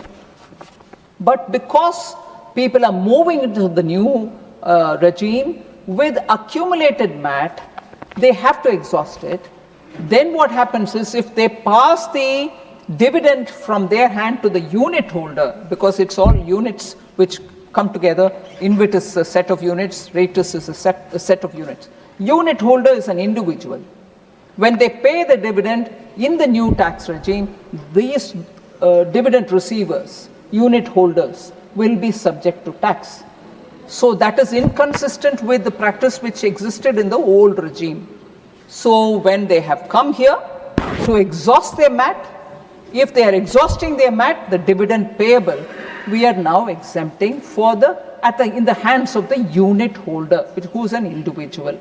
So the SPV of a business trust may also have to move to the new tax regime, either to avoid final MAT tax in the old regime or to avail accumulated MAT credit in the new regime, which is what I explained. So this will lead to unit holders losing the exemption on dividend income, which is why we are giving the exemption to the unit holder. What would this be as an outcome? The amendment is expected to further boost investments in real estate and infrastructure through business trusts, because we are making it consistent. So the sixth one and the last one is, over and above the two which were part of the ordinance, the sixth one is relaxation of conditions for eligible investment funds where an eligible fund manager relocates into India. So this is a very interesting case, because as per 9(2) of the Income Tax Act 2025, income is deemed to accrue or arise in India if it accrues or arises directly or indirectly through or from any asset or source of income in India, or any property in India, or any business connection in India, or transfer of capital assets situated in India. Now, when all this is so completely India, there are cases where a fund operates outside. but the fund manager is located in India. In order to exempt such cases, several conditions have been prescribed in respect of an eligible investment fund and also the fund manager.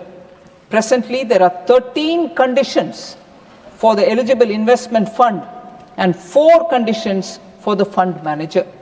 Some of these conditions stand relaxed in IFSA. However, there have been persistent representations from the industry to rationalize the said conditions so that fund managers could relocate to India.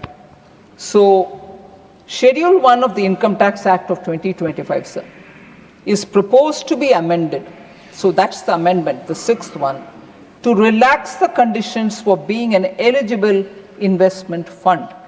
It has been proposed to reduce the number of such conditions from 13 at present to only 5 conditions to rationalize the said conditions. The proposed 5 conditions are these: fund is not resident in India, fund is resident in a country or specified country which is having a DTA, double taxation avoidance agreement with India, or in a notified jurisdiction. Aggregate investment by Indian residents does not exceed 5% of the corpus.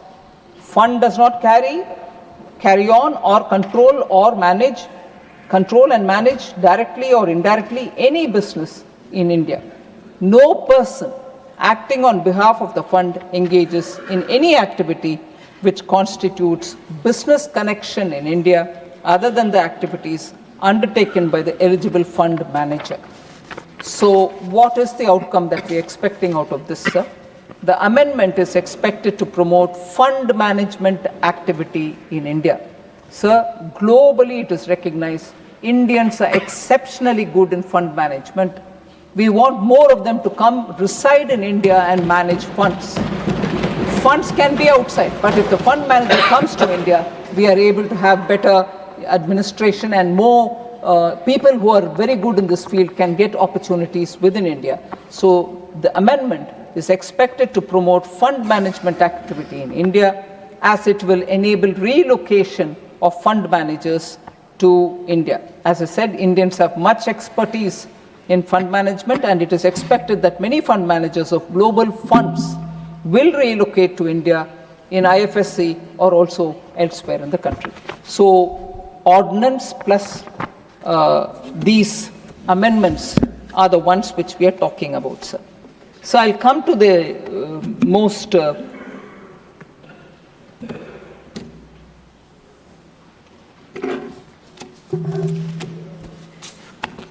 discussed and debated points, sir. On the UPI. First of all, what does this amendment do about the UPI? So the Taxation and Other Laws Amendment Bill, as we call this Bill 2026, which has been passed by the Lok Sabha, which is now being discussed here, proposes to amend Section 10A of the Payment and Settlement Systems Act 2007. The amendment is an enabling provision. It does not impose any tax or transaction charge on UPI users. Let this be clear. It enables the government to specify through notification the electronic payment modes that will continue to receive statutory protection against charges. So I'd like to read that again. The enabling provision that we are bringing in today does not impose any tax or transaction charge on UPI users.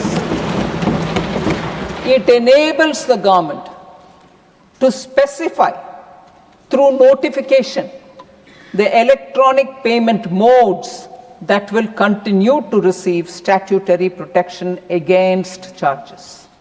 Once the bill is passed in Parliament, the UPI and Services Steering Committee, headed by the National Payments Corporation of India, will consider and decide whether any MDR should be introduced, and if so, its scope and structure. So that is the committee which will have to see what is the scope of anything now that the enabling provision allows them. Therefore, no MDR framework has yet been finalized. Let's take that as the first step. I'll also, before I come to the specifics, want to say experience from Visa and MasterCard. Electronic merchants routinely pay MDR of around 1.5% to 2% or plus more than 2% on credit cards and up to 0.90% on debit cards today too. Yet major retailers generally do not add a separate charge to the customers. So you have these charges on the businesses, but they don't charge separately on the customers. Instead, they actively promote card usage through discounts and EMI offers. For instance, I'm taking names just for us to understand. Amazon, Flipkart, Chroma, Reliance Digital, Vijay Sales, etc. On a 10,000 rupees or up to 1 lakh purchase, you'll typically find them following on credit and debit cards, instant bank discounts, no cost EMI options, additional cashback offers, or exchange bonuses. The merchant is already bearing payment acceptance cost because digital payments help drive higher sales and large ticket sizes. A vast number of electronic purchases are financed through EMI in one form or the other. Customers often choose a card specifically because of EMI and issuer funded offers. UPI is currently the least attractive option in this category, even with zero MDR. Unlike credit cards, today nobody offers rewards and issuer funded discounts on UPI. The sustainable revenue stream can actually enable more innovations such as merchant issuer offers on UPI. So just so that we talk comparably, sir, merchant or payment acceptance charges are used in several major faster payment ecosystems. Australia, sir, up to Australian dollar 0.3 per transaction or 0.50% per transaction. Brazil, about which our Honorable Member John Britta said, Brazil example. Brazil has 0.22% to 0.33%. I'm giving an indicative charge. Brazil has charges. China, which they'll feel very close towards, approximately 0.40%. I don't know if you'll be able to shout at Beijing, hey, we follow you. Why are you charging on NDR? Are you anti-people? China does it, it's all right. But China has charge. Indonesia, 0.30%. Japan, US dollar 1 or 1.49 flat amount. South Korea, 0.72 to 1.99%. South Africa, approximately 0.4%, capped at 30 Rand, which is the South African currency. Singapore has 1.30%. Thailand has up to 10 baht, which is their currency. US, 0.5%. Now, come to our today's situation, about which a lot of members spoke. Feeling strongly about it, sir, I want to say. Will consumers pay any UPI charge? No. UPI has remained free for consumers since its launch, and every Indian will continue to make this instant digital payment without paying a transaction charge. Sir, I want to just, क्योंकि बहुत सारे members Hindi में बताए, मेरा हिंदी थोड़ा कमज़ोर है, फिर भी मैं बोलना चाहती हूँ. I heard Honorable Member Sanjay Singh saying, Chai Bala, सब्जी वाला, ठेले वाला, पटरी वाला, छोटे छोटे व्यापारी, मिनिमम सर्विस चार्ज वगैरह, ये कोई एमडीआर पे नहीं करेंगे। चाय वाले के ऊपर, सब्जी वाले के ऊपर, ठेले वाले के ऊपर, पटरी वाले के ऊपर एमडीआर चार्ज नहीं लगेगी।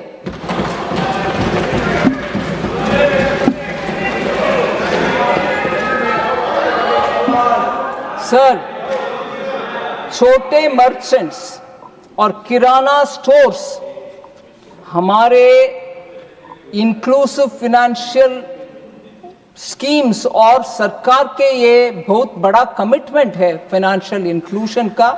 Small merchants remain central to UPI's inclusive growth. उनके ऊपर हम कोई एमडीआर लगाने वाले नहीं है, इरादा नहीं है। इनेबलिंग प्रोविजन का हम ध्यान रखना है। Any future MDR will apply only to a limited category of merchant transactions above a certain prescribed high threshold. The vast majority of merchant transactions, including ordinary low value transactions, will continue to remain free. इसीलिए मैं उसी शब्दों को repeat करना चाहती हूँ। चाय वाला, रेडी पटरी वाला, छोटे दुकानदार, उनके ऊपर एमडीआर लगाने वाले नहीं है।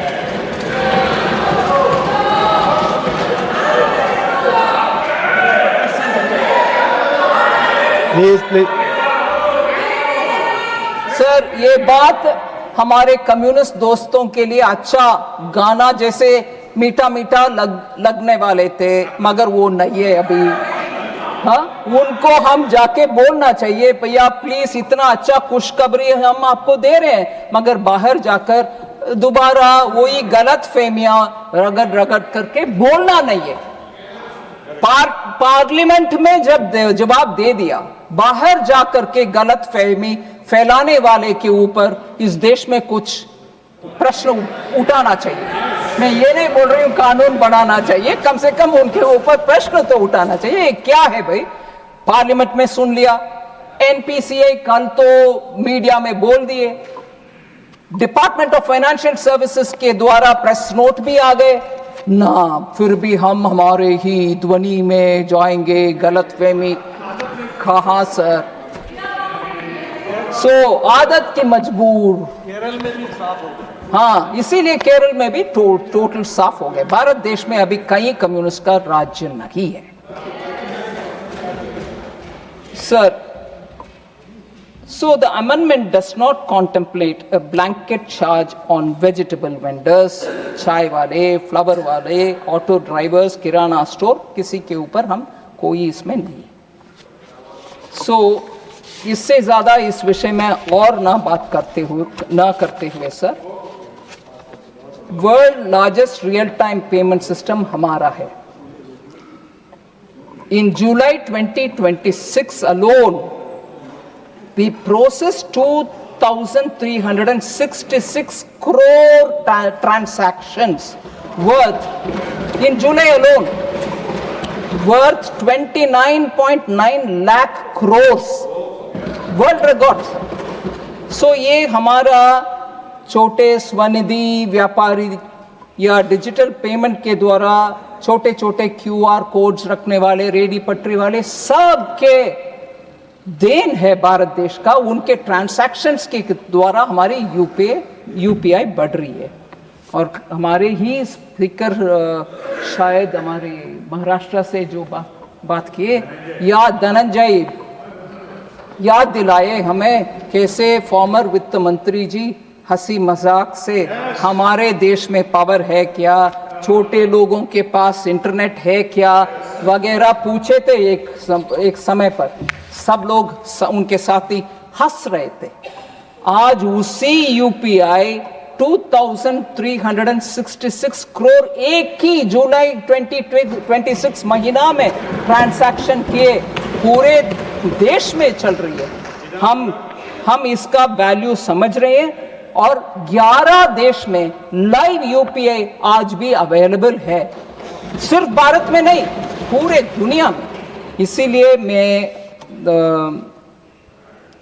सभी मेंबर्स को ये बताना चाह रही हूँ, इस मॉडल को सस्टेनेबल रखना भारत देश के हित में, क्योंकि हमारे लिए ये बहुत बड़ा वरदान है और हमारे लिए ये बहुत बड़ा ताकत है। आज देश में बहुत विदेश में हमसे पूछ रहे हैं कि ये टेक्नोलॉजी हमें भी दे। ये मॉडल सस्टेनेबल रहना है, सेफ रहना है, रिसिलिएंट रहना है, इनोवेशन इसमें और ज़्यादा होना है।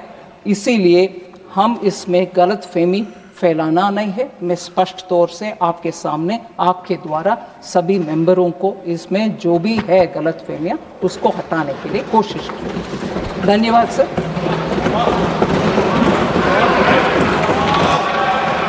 माननीय सदस्यगण, नो यहाँ नहीं है।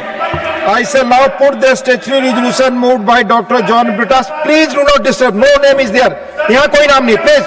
I shall now put the statutory resolution moved by Dr. John Britas to vote. The question is that this House, again I'll repeat, I shall now put the statutory resolution moved by Dr. John Britas to vote.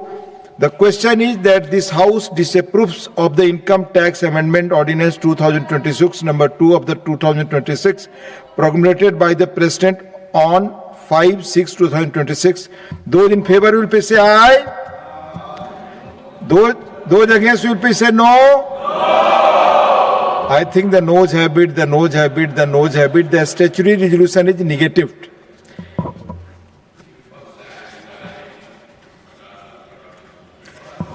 I shall now put the motion moved by Srimati Nirmala Sitharaman ji to vote. The question is that the Taxation and Other Laws Amendment Bill 2026 as passed by Lok Sabha be taken into consideration. Those in favor will please say aye. Those against will please say no. I think the ayes have it, the ayes have it, the ayes have it. The motion is adopted. We shall now take up clause by clause consideration of the bill. Clauses 2 to 7 stand part of the bill. Those in favor will please say aye. Those against will please say no. I think the ayes have it, the ayes have it, the ayes have it. Clauses 2 to 7 are adopted.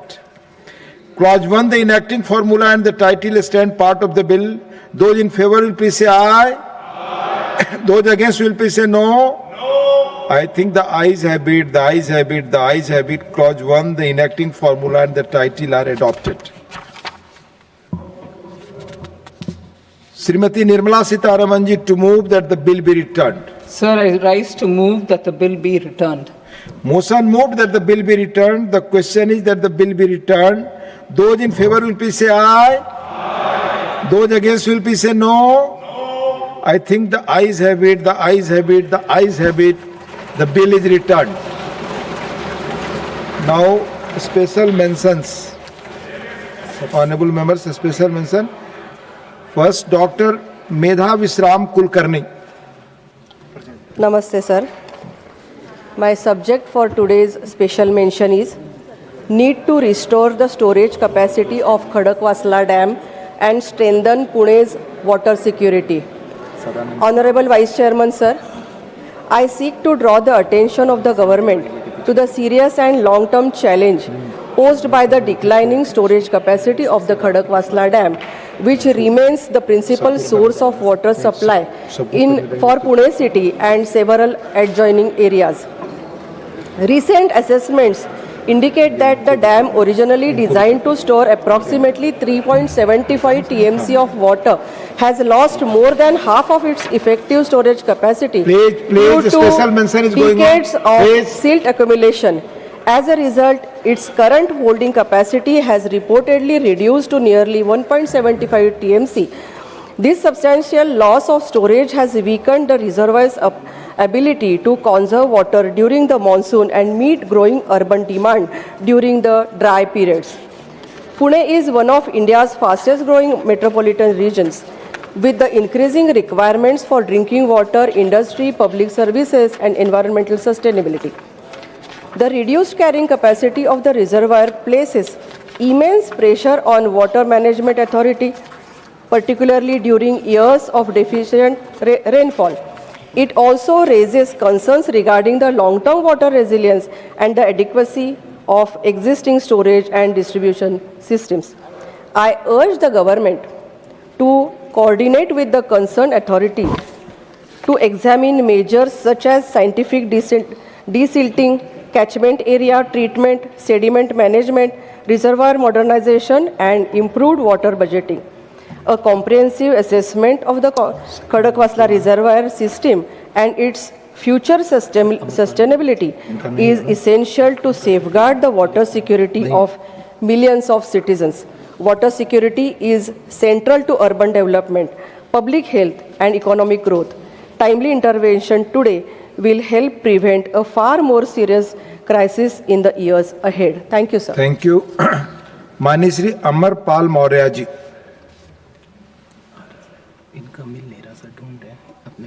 धन्यवाद.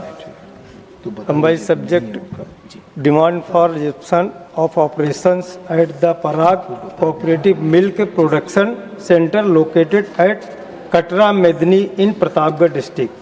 महोदय, मैं सरकार का ध्यान उत्तर प्रदेश के जनपद प्रतापगढ़ की नगर पंचायत कटरा मेदिनी स्थित पराग सहकारी दुग्ध उत्पादन केंद्र की ओर आकर्षित करना चाहता हूं। यह दुग्ध संकलन केंद्र कभी क्षेत्र के दुग्ध उत्पादक किसानों की आजीविका का महत्वपूर्ण आधार था।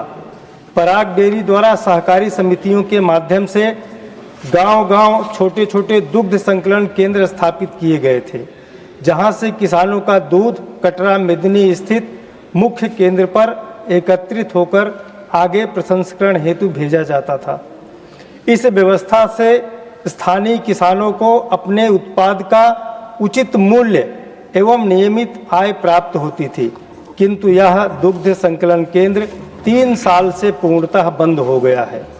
वर्तमान में केंद्र पर सभी मशीनें निष्क्रिय पड़ी हैं एवं सार्वजनिक परिसंपत्तियों का कोई उपयोग नहीं हो रहा है।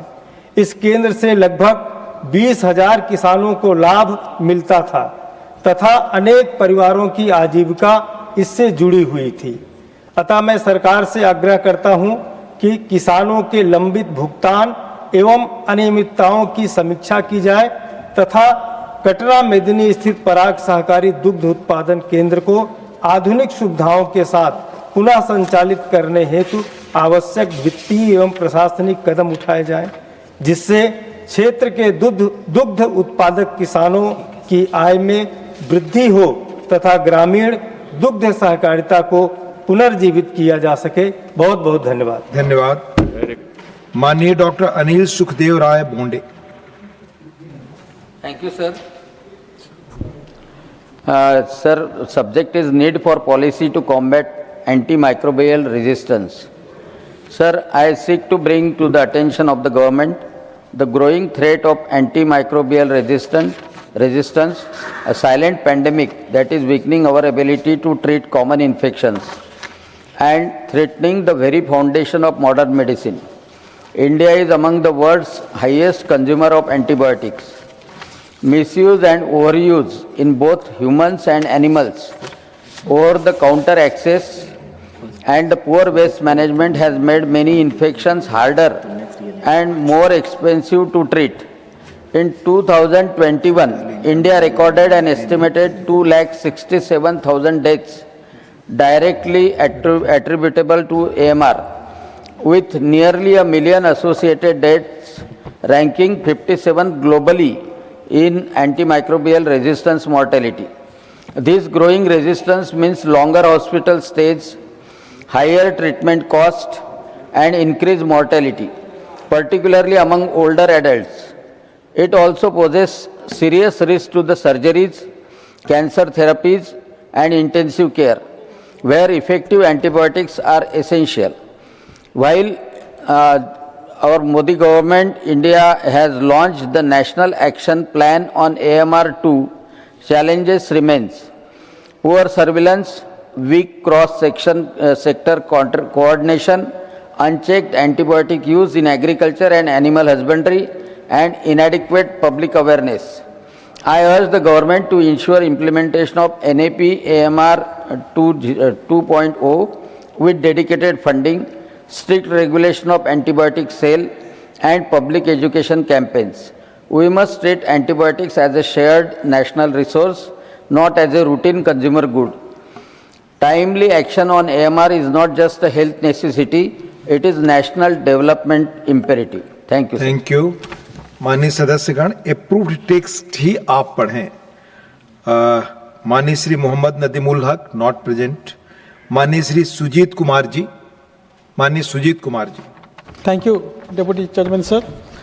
Through my special mention, I seek to bring to the attention of the government on the need to establish a national climate observatory in Bhubaneswar, Odisha, under the patronage of premier scientific institutions such as the Ministry of Earth Sciences, or within the long-term ecological observatories, that is LTEO in brief, program under the Ministry of Environment, Forest and Climate Change. Sir, Bhubaneswar lies close to the Bay of Bengal coast and serves as a strategic hub for scientific research, education and policy in eastern India.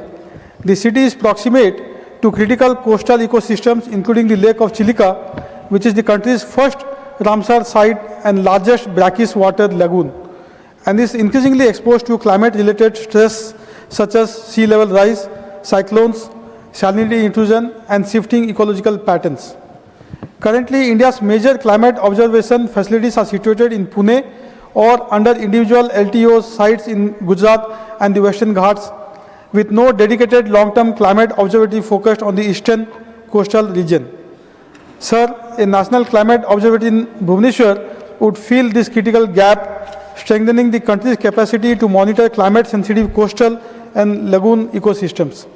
I therefore urge the government to establish a national climate observatory in Bhubaneswar, Odisha, under the leading national scientific institution, integrated with the government of Odisha, local universities and coastal communities to support long-term research and innovation. The observatory would advance research on sea level change, salinity, biodiversity, fisheries and atmospheric processes, and generate climate data to inform policy and disaster preparedness, and create skilled employment opportunities in oceanography, ecology and data sciences for the youth of the country. Thank you. Thank you. माननीय श्री बाबू भाई जयसंग भाई देसाई।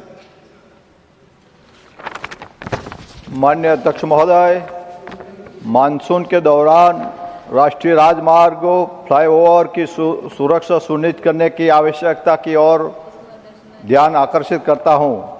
मैं माननीय प्रधानमंत्री तथा सड़क परिवहन एवं राजमार्ग मंत्रालय को बधाई देता हूं कि पिछले कुछ वर्षों में देश भर विश्व स्तरीय एक्सप्रेसवे, राजमार्ग, सुरंगों और पुलों का अभूतपूर्व निर्माण हुआ है। इन परियोजनाओं ने देश की कनेक्टिविटी को सुदृढ़ किया है, यात्रा समय को कम किया है तथा व्यापार, पर्यटन और आर्थिक विकास को नई गति प्रदान की है। किंतु प्रत्येक वर्ष मानसून के दौरान विभिन्न राज्यों से सड़कों के घसने, गहरे गड्ढे बनने, पुलों एवं फ्लाईओवरों में दरारें आने, जल भराव जैसी घटनाओं की खबरें सामने आती है।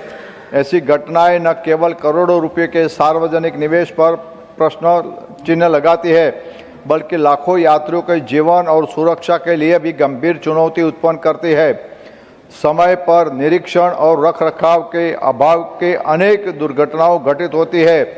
अतः समय की मांग है कि सभी राष्ट्रीय राजमार्गों, पुलों और फ्लाईओवरों का मानसून पूर्व एवं मानसून पश्चात अनिवार्य संरचनात्मक ऑडिट कराया जाए। कृत्रिम बुद्धिमत्ता, ड्रोन, सेंसर आधारित हेल्थ मॉनिटरिंग प्रणाली तथा रियल टाइम डिजिटल निगरानी जैसी आधुनिक तकनीकों का उपयोग कर संभावित खतरों की समय से रहते पहचान की जाए। डिफेक्ट लायबिलिटी अवधि के दौरान गुणवत्ता की कठोर निगरानी सुनिश्चित की जाए तथा निर्माण में लापरवाही पाए जाने वाले संबंधित एजेंसियों और अधिकारियों की स्पष्ट जवाबदेही तय की जाए। मैं सरकार से आग्रह करता हूं कि राष्ट्रीय स्तर पर हाईवे एवं ब्रिज सेफ्टी मिशन प्रारंभ कर देशवासियों को सुरक्षित और विश्वसनीय सड़क अवसंरचना उपलब्ध कराने की दिशा में कदम उठाए जाए। धन्यवाद सर। धन्यवाद। श्रीमती दर्शना सिंह जी। धन्यवाद उपसभापति महोदय, आपने मुझे बोलने का अवसर प्रदान किया। मैं आज अपने गृह जनपद चंदौली उत्तर प्रदेश के चकिया नौगढ़ क्षेत्र में स्थित राजदरी देवदरी जलप्रपात एवं चंद्रप्रभा वन्यजीव अभ्यारण्य के विकास तथा पर्यटन सुविधाओं के विस्तार से जुड़े महत्वपूर्ण विषय पर सरकार का ध्यान आकर्षित कराना चाहती हूँ। महोदय, विंध्य पर्वत श्रृंखलाओं और चंद्रप्रभा नदी से घिरा यह क्षेत्र अपनी अद्भुत प्राकृतिक सुंदरता, घने वनों और समृद्ध जैव विविधता के लिए जाना जाता है। यह वही ऐतिहासिक भूमि है जिसकी पृष्ठभूमि पर आदरणीय देवकी नंदन खत्री जी ने चंद्रकांता की रचना की। आज इस क्षेत्र में पर्यटकों की संख्या लगातार बढ़ रही है और सरकार द्वारा नेचर सेंटर, ऑडिटोरियम तथा कॉटेज जैसी आधारभूत सुविधाएं विकसित की गई हैं। अब आवश्यकता है कि इन सुविधाओं का विस्तार कर उन्हें अधिक प्रभावी और उपयोगी बनाया जाए। महोदय, माननीय प्रधानमंत्री जी के नेतृत्व में देश में पर्यटन और ग्रामीण अर्थव्यवस्था को सशक्त बनाने की दिशा में उल्लेखनीय कार्य हुए हैं। इसी क्रम में मैं सरकार से आग्रह करती हूं कि इस क्षेत्र को स्वदेश दर्शन 2 योजना के अंतर्गत विशेष पर्यटन सर्किट में शामिल किया जाए। इससे स्थानीय युवाओं को रोजगार मिलेंगे, पलायन रुकेगा तथा स्वयं सहायता समूहों की महिलाओं को प्रोत्साहन मिलेगा।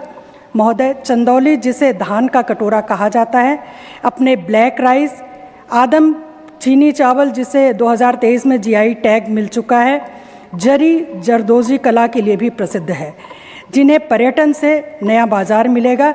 अतः सरकार से निवेदन है कि इस क्षेत्र के समग्र विकास हेतु इस क्षेत्र को स्वदेश दर्शन 2 योजना में शामिल करने के लिए आवश्यक कदम उठाएं। धन्यवाद। डॉक्टर धर्मशीला गुप्ता जी। धन्यवाद उपसभापति महोदय। मैं सरकार का ध्यान बिहार में खेल अवसंरचना के विस्तार की आवश्यकता की ओर आकर्षित करना चाहती हूँ। माननीय प्रधानमंत्री जी के नेतृत्व में केंद्र सरकार ने खेलो India, fit India movement, target Olympic, podium scheme तथा खेल विश्वविद्यालय जैसी अनेक ऐतिहासिक पहलें की हैं। इन योजनाओं से देश भर में खेल संस्कृति को नई ऊर्जा मिली है और भारत का अंतर्राष्ट्रीय खेल प्रदर्शन भी लगातार बेहतर हुआ है। किंतु बिहार जैसे प्रतिभा संपन्न राज्य में इन योजनाओं का अपेक्षित लाभ अभी पूरी क्षमता से नहीं पहुंचाया गया है।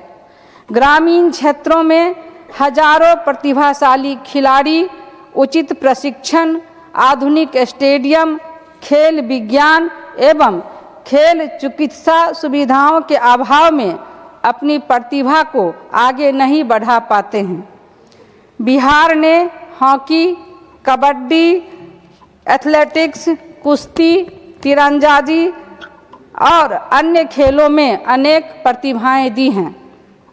यदि केंद्र सरकार की योजनाओं के अंतर्गत बिहार में अधिक खेलो India centre, sports excellent centre, multipurpose indoor stadium तथा जिला स्तर पर आधुनिक खेल सुविधाओं का विस्तार किया जाए तो राज्य के युवाओं को राष्ट्रीय एवं अंतर्राष्ट्रीय स्तर पर उत्कृष्ट प्रदर्शन का बेहतर अवसर मिलेगा। अतः मैं सरकार से आग्रह करती हूं कि खेलो इंडिया के अंतर्गत बिहार के लिए विशेष अवसंरचना पैकेज पर विचार किया जाए। खिलाड़ियों के प्रशिक्षण, coaching, sports science, sports medicine तथा छात्रवृत्ति सुविधाओं का विस्तार किया जाए। दरभंगा, मुजफ्फरपुर, भागलपुर, गया एवं पूर्णिया जैसे प्रमुख शहरों में राष्ट्रीय स्तर के बहुउद्देशीय खेल परिसर भी विकसित किए जाएं। धन्यवाद। डॉक्टर दिनेश शर्मा जी। माननीय सभापति महोदय, मैं सरकार का ध्यान भारत में नकली दवाओं के भयावह संकट की ओर आकर्षित करना चाहता हूं। यह केवल धोखाधड़ी या चोरी का मामला नहीं बल्कि संगठित अपराध का जाल है जो हमारे नागरिकों के जीवन और राष्ट्रीय अर्थव्यवस्था दोनों को गंभीर क्षति पहुंचा रहा है। विभिन्न अध्ययनों के अनुसार भारतीय दवा कंपनियों को प्रतिवर्ष लगभग 4 से 5% का राजस्व आर्थिक नुकसान नकली दवाओं के कारण हो रहा है, जो लगभग 1 लाख करोड़ रुपए के आसपास है, जिसमें फार्मास्यूटिकल क्षेत्र सबसे अधिक प्रभावित है। पिछले 10 वर्षों में 32,000 से अधिक दवा नमूने गुणवत्ता परीक्षण में फेल हुए हैं। इन आंकड़ों के पीछे वे अनगिनत मरीज हैं जिनकी जान नकली दवाओं ने ली और जिन्हें इसका पता तक नहीं चला। नकली दवाओं का व्यापार एक संगठित अपराध से जुड़ा है। अक्सर यह देखा गया है कि यह वही नेटवर्क है जो अन्य अवैध व्यापारों से भी जुड़े रहते हैं। यह एक जघन्य अपराध के साथ साथ देश की प्रतिष्ठा और वैध फार्मा निर्यात पर भी गंभीर प्रश्न चिन्ह लगा रहे हैं। महोदय, मेरी स्पष्ट मांग है कि नकली दवाओं के पूरे नेटवर्क को संगठित अपराध की श्रेणी में कानूनी रूप से परिभाषित किया जाए। जिस भी स्थान, फैक्ट्री, गोदाम, लैब या किराए की इमारत का उपयोग नकली दवा निर्माण के लिए किया गया हो, उसे तत्काल रूप से जब्त किया जाए। नियामक संस्थाओं की जवाबदेही तय हो और उन पर कठोरतम कार्रवाई की जाए। धन्यवाद। माननीय श्रीमती अधिकारी मायूम शारदा देवी। Honorable Deputy Chairman, this is my maiden speech. Today's my subject is need to grant National Sports Federation recognition to Thangta. I seek to draw the attention of government to need for granting National Sports Federation recognition to Thangta, one of India's oldest indigenous martial arts and a proud symbol of cultural and sporting heritage. Thangta is not merely a martial art, it instills discipline, courage, self-control, and patriotism among the youth. Over the past 3 decades, it has evolved into a modern competitive sport with 31 affiliated state and union territories units, regular, national, Asian, and world championships, and participation in 24 countries. It has already been included in Khelo India, School Games Federation of India, and All India Inter-University Championship. I sincerely appreciate Government of India's sustained efforts to strengthen the sports in the Northeast through the National Sports University, Khelo India Infrastructure Project, National Center of Excellence in Manipur, and the annual Khelo India Northeast Games. The Honorable Prime Minister has also recognized Thangta, an important indigenous sports of India. Granting National Sports Federation recognition would be a natural progression of this vision. Manipur is steadily moving towards peace through continuous efforts of central and state governments. As rehabilitation and resettlement of internally displaced families continue, National Sports Federation recognition for Thangta can serve as a powerful instrument of youth engagement, employment generation, social harmony, and national integration, while preserving an invaluable part of India's heritage. I therefore urge government to grant National Sports Federation recognition to Thangta, Federation of India at the earliest, in the interest of our youth, our sporting ecosystem, and our national unity. Thank you. धन्यवाद। Next माननीय सदस्य श्री केसरी देव सिंह झाला. Thank you, Deputy Chairman, sir. So my subject is a need for statutory framework to control digital addiction in underage children. Through you, sir, I seek to draw the attention of the government to a grave silent epidemic sweeping our nation, which is the digital addiction among underage children. The recent economic survey has rightly sounded an alarm, warning that compulsive screen time is severely fracturing our children's cognitive capacity, crushing attention spans and destroying long-term productivity. Our children are being exposed to highly weaponized algorithms designed by global tech giants to ensure endless scrolling, leading to severe mental health crises, sleep deprivation, and depression. More dangerously, minors are increasingly exposed to deeply harmful online content, cyberbullying, and predatory networks without any structural shields. The world is moving rapidly to protect its youth.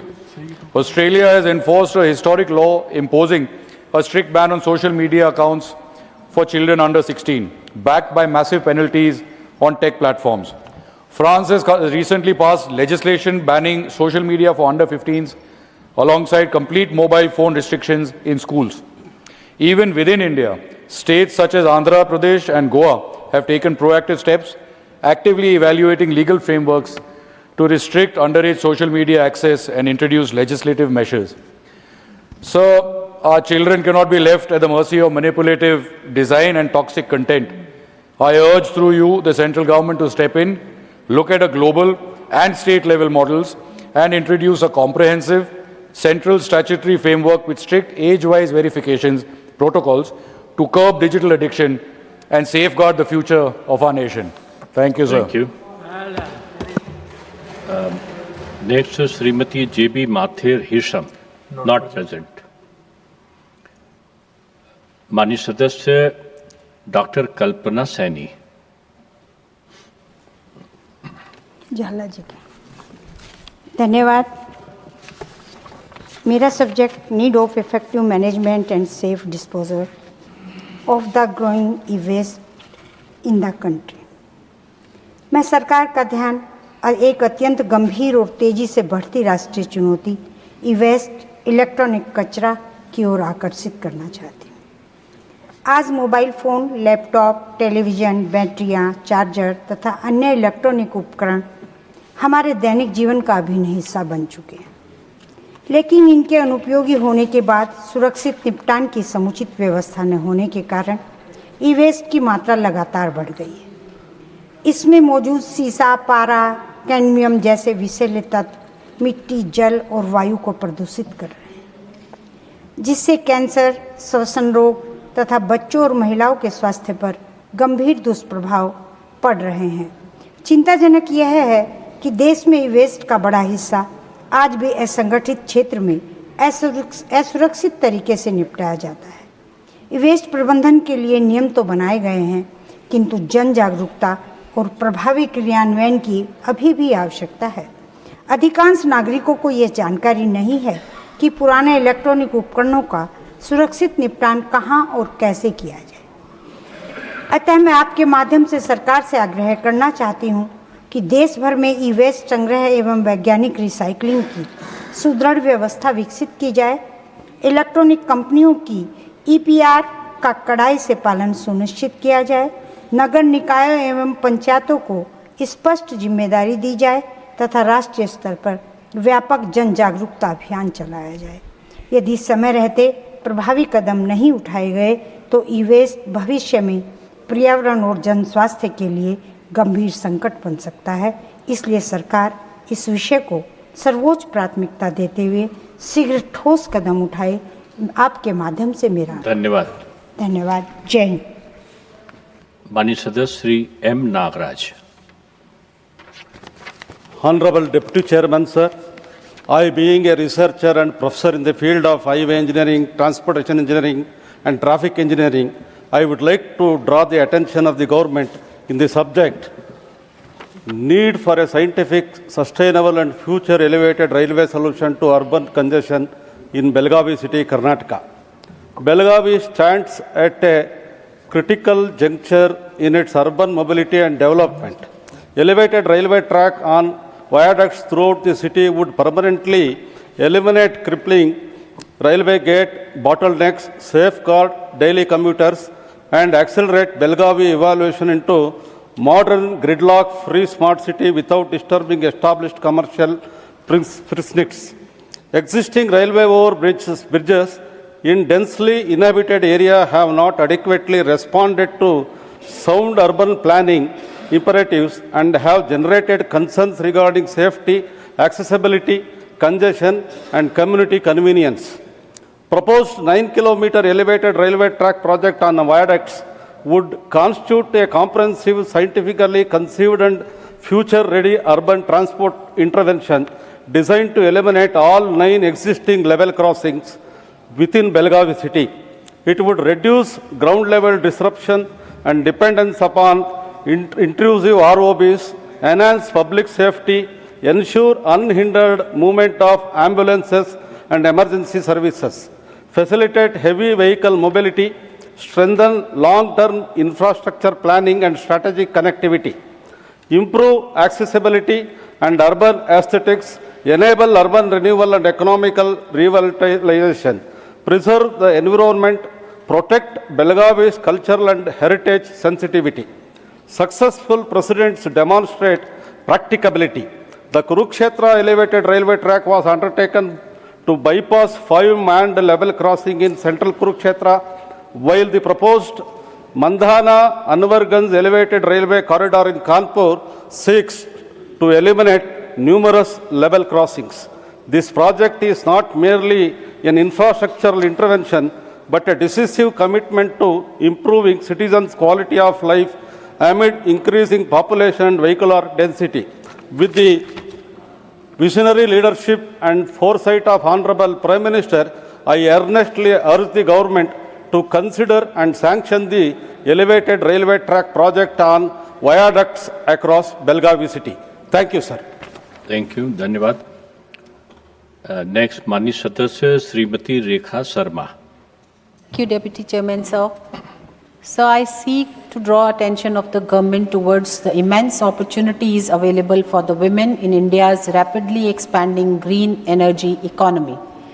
Under the visionary leadership of Honorable Prime Minister, India has emerged as one of the world's leading nation in renewable energy deployment and clean energy transition. Ambitious initiatives such as PM Surya Grah, Muft Bijli Yojana, the National Green Hydrogen Mission, and the accelerated adoption of electric mobility are creating new avenues for employment, entrepreneurship, and skill development. As the country advances toward its clean energy goals, there is a significant opportunity to increase the participation of women in emerging sectors such as solar installation and maintenance, electric vehicle servicing, battery management, renewable energy enterprises, and clean technology services. Targeted skill development programs, industry partnership, and entrepreneurship support can enable women, particularly those from rural and semi-urban areas, to become active contributors to this transformation. Several women-led self-help groups across the country have already demonstrated remarkable success in adopting clean energy solutions and community-based enterprises. Building upon these encouraging examples, a focused national effort to promote women's participation in the green energy workforce would further strengthen the vision of women-led development and inclusive growth. I therefore urge the government to consider a dedicated framework for skill development and entrepreneurship promotion for women in renewable energy and allied sectors, enabling them to play a greater role in India's journey toward a sustainable and self-reliant future. Thank you, sir. Thank you. Mani Sadasya Dr. Satish Punia ji. Not present. माननीय सदस्य Shri Chaudhary Mohammad Ramzan, not present. माननीय सदस्य श्री महेंद्र भट्ट।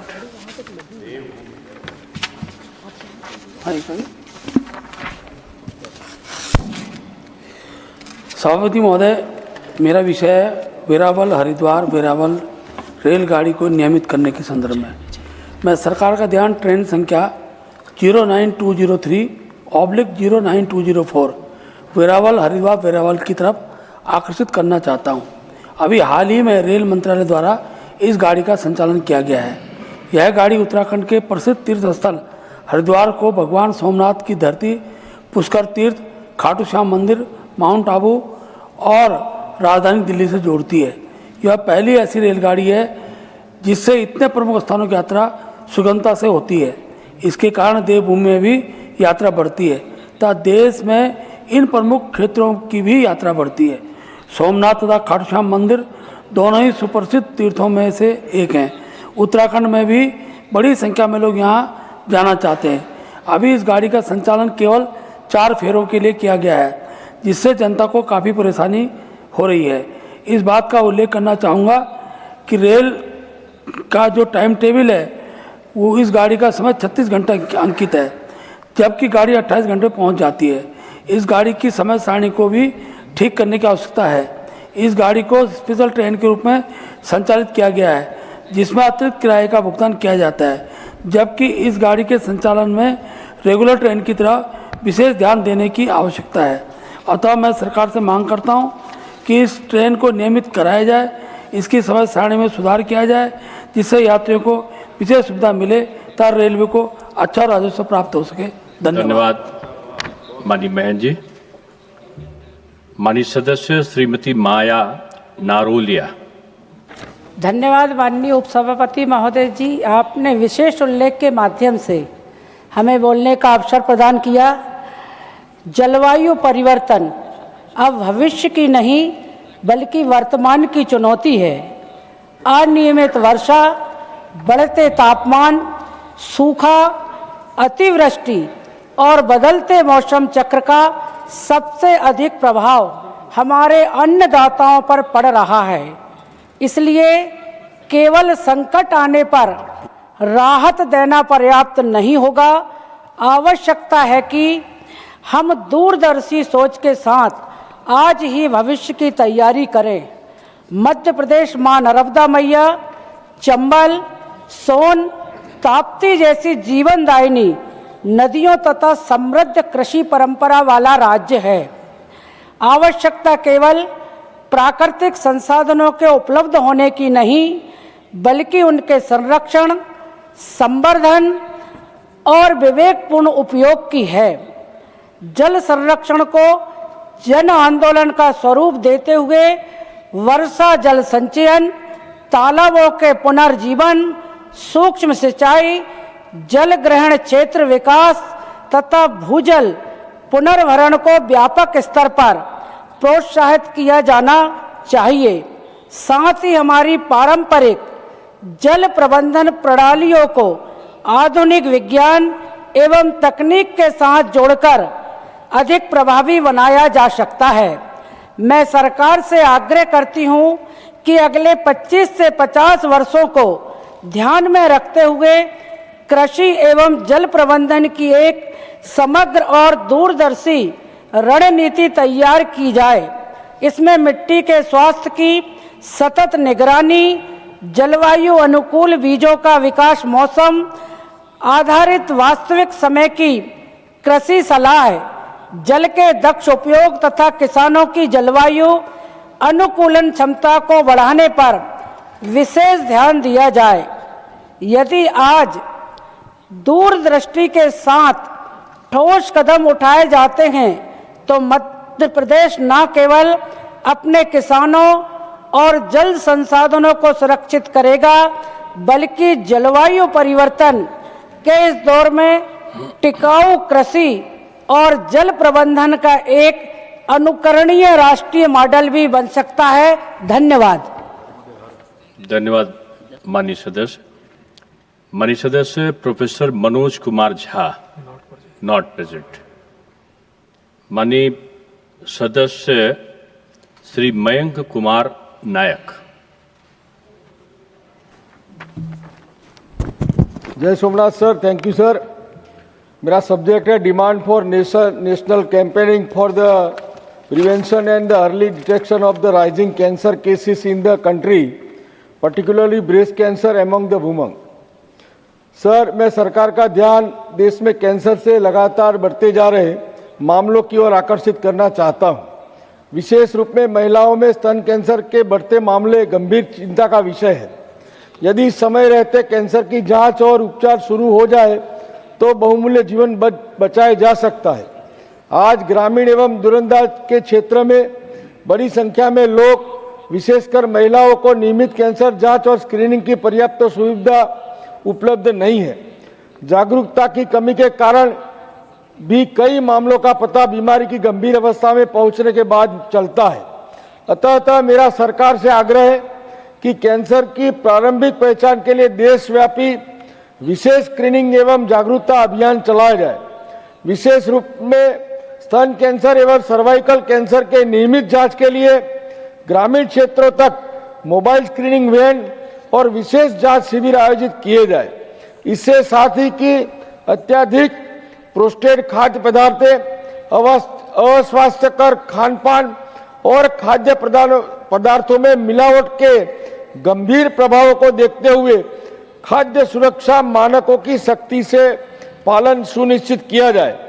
मिलावट करने, प्रतिबंधित एवं हानिकारक रसायनों का उपयोग करने तथा जन स्वास्थ्य से खिलवाड़ करने वाले व्यक्तियों, प्रतिष्ठानों एवं कंपनियों के विरुद्ध कठोर कानूनी कार्यवाही की जाए तथा नियमित सैंपलिंग और निगरानी को प्रभावी बना जाए।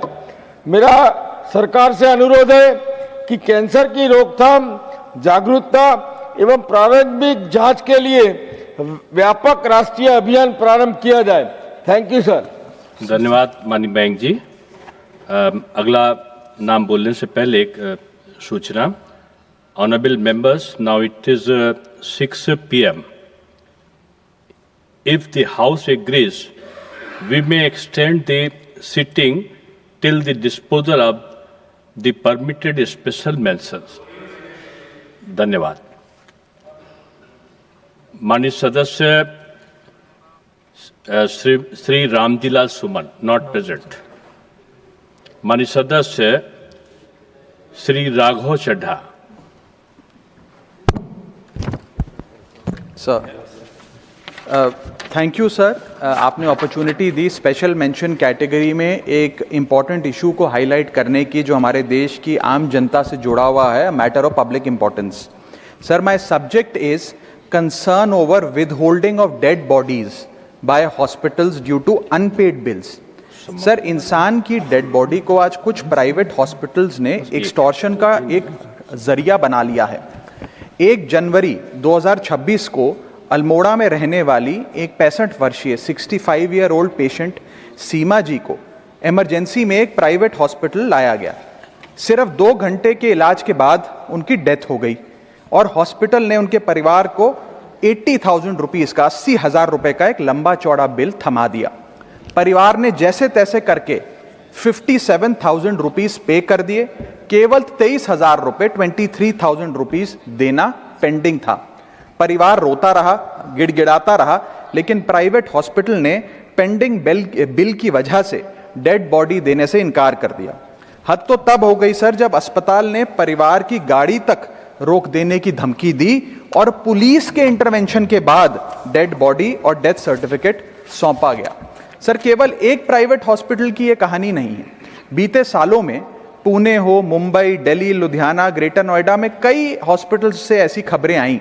कुछ इंसिडेंट्स को मीडिया ने कवर भी किया, लेकिन ऐसे न जाने कितने परिवार होंगे जो चुपचाप उधार लेकर या जमीन जायदाद बेचकर अपने परिजन की डेड बॉडी वापस लेते हैं और प्राइवेट हॉस्पिटल्स द्वारा इस ब्लैकमेल के शिकार होते हैं। सुप्रीम कोर्ट की गाइडलाइंस और मिनिस्ट्री ऑफ हेल्थ के पेशेंट्स राइट चार्टर दोनों साफ कहते हैं सर कि कोई भी हॉस्पिटल किसी भी कारण से पेशेंट की डेड बॉडी नहीं रोक सकता। सर, मैं ये आग्रह करता हूं कि इसके लिए एक स्पष्ट और सख्त लॉ बनाया जाए। हॉस्पिटल्स का जो हॉस्पिटल्स को अपना अनपेड बिल रिकवर करने की, वसूल करने की पूरी राइट है, पूरा हक है, अधिकार मिले, लेकिन किसी परिवार की आंसुओं की कीमत पर नहीं, क्योंकि कोई भी बिल सर किसी इंसान की डिग्निटी, उसके अंतिम सम्मान या अंतिम संस्कार से बड़ा नहीं हो सकता। जय हिंद। धन्यवाद रघु जी। माननीय सदस्य श्री सदानंद महालू सेठ तानमड़े। Thank you, Deputy Chairman, sir. My special mention subject is need for developing a national sustainable coastal tourism framework with Goa as the pilot state. I seek to draw attention of the government to the need for developing a national sustainable coastal tourism framework with Goa as the pilot state. Goa is one of the India's leading coastal tourism destination, attracting millions of domestic and international visitors every year. Tourism is the backbone of the state economy, generating employment and supporting thousands of families. However, the growing number of tourists has increased pressure on beaches, coastal ecosystems, water resources, waste management, traffic, and public infrastructure. Similar challenges are emerging across other coastal states and union territories of India.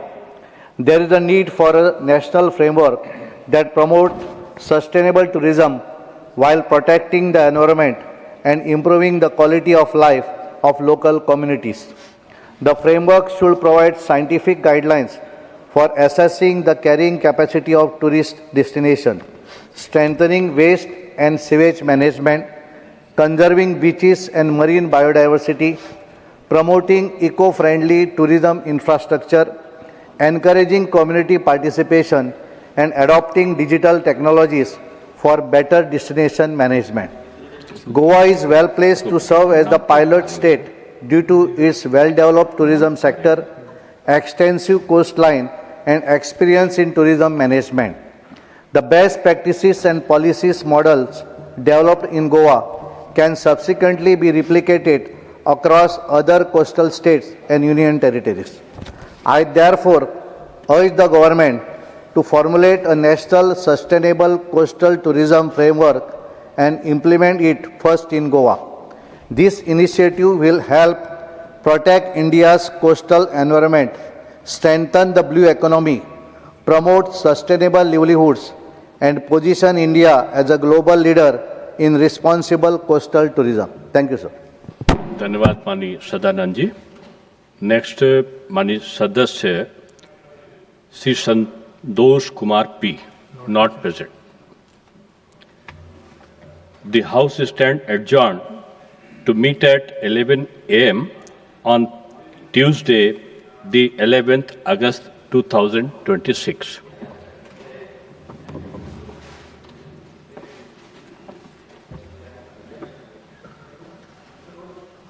ఆధ్వర్యంలో ఆంధ్రప్రదేశ్లో రైతులు, మహిళా స్వయం సహాయక సంఘాలు, మత్స్యకారులు, చిన్న వ్యాపారులు, యువ పారిశ్రామికవేత్తలు పెద్ద ఎత్తున డిజిటల్ బ్యాంకింగ్ సేవలను వినియోగిస్తున్నారు.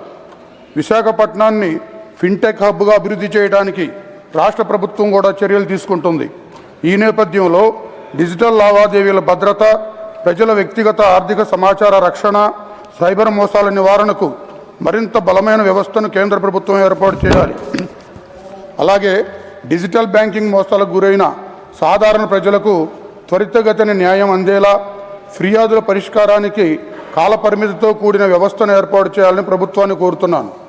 గ్రామీణ ప్రాంతాల్లో డిజిటల్ ఆర్థిక అక్షరాస్యత అత్యంత అవసరం. On behalf of Telugu Party, I extend my wholehearted support to the bill, sir. Thank you, sir. माननीय श्री संजय सिंह, not present. माननीय Shri Ravichander Baddi Raju. Thank you, sir. This Bankers Book Evidence Bill 2026. Sir, today I am going to speak about bill, sir. I am supporting this bill. Banking has changed a lot in recent years. Today, most banking work is done through computers and digital systems, sir. Bank keep important information in electronic form, such as bank statements, transaction details, and others, sir. This Banker Book Evidence Bill 2026 aim to update the old law related to bank records. The old law was made in 1891 when banking was mainly based on paper records. This bill is designed to recognize modern electronic bank records in legal proceedings, sir. Sir, this is important because digital records are now normal part of our daily banking. If a bank record is needed in a court case, sir, electronic records can help provide information quickly and easily, sir. So this bill can also reduce paperwork and save time. It can make the legal process more convenient and suitable for today's digital banking system, sir. However, digital records must be kept safe and banks should protect customer information from hacking, fraud and other unauthorized access, sir.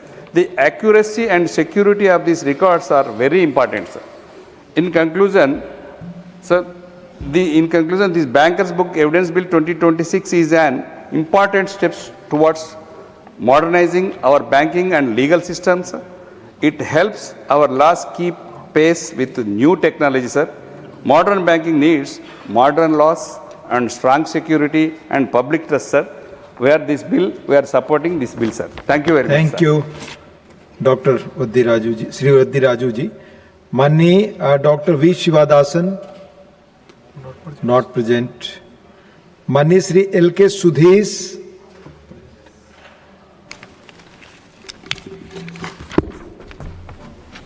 Thank you, Honorable Deputy Chairman. On behalf of Desiya Murpogu Dravida Kalagam, I rise to speak on the Bankers Book Evidence Bill 2026. Sir, the original Bankers Book Evidence Act was 1891. At the time, banking was largely paper-based. Today, in 2026, banking has transformed. We have UPI, IPMS, NEFT, RTGS, mobile banking, internet banking, and core banking solution. Crore of transaction happen digitally every day. But there is a lot of fraud happening every day. That should be controlled, taken action. Therefore, I support the consideration and passing the Bankers Book Evidence Bill 2026. I hope this will bring greater efficiency, transferability, and speed in our legal and financial system. Thank you, sir. Sir, that in Tamil Nadu there is a issue, Kaveri and No, sir, it Nadu. will not go on the record. We are not discussing this issue. You know the rules, Sudhesh ji. Thank you. Srimati Mamta Thakur, not present. Mane Dr. M. Dhanpal, Honorable Dr. M. Dhanpal. Thank you, sir. Sir, I support the Bankers Books Evidence Bill 2026 on behalf of All India Anna Dravida Muneta Kalagam and my beloved leader, former Chief Minister Edapadi K. Padichami.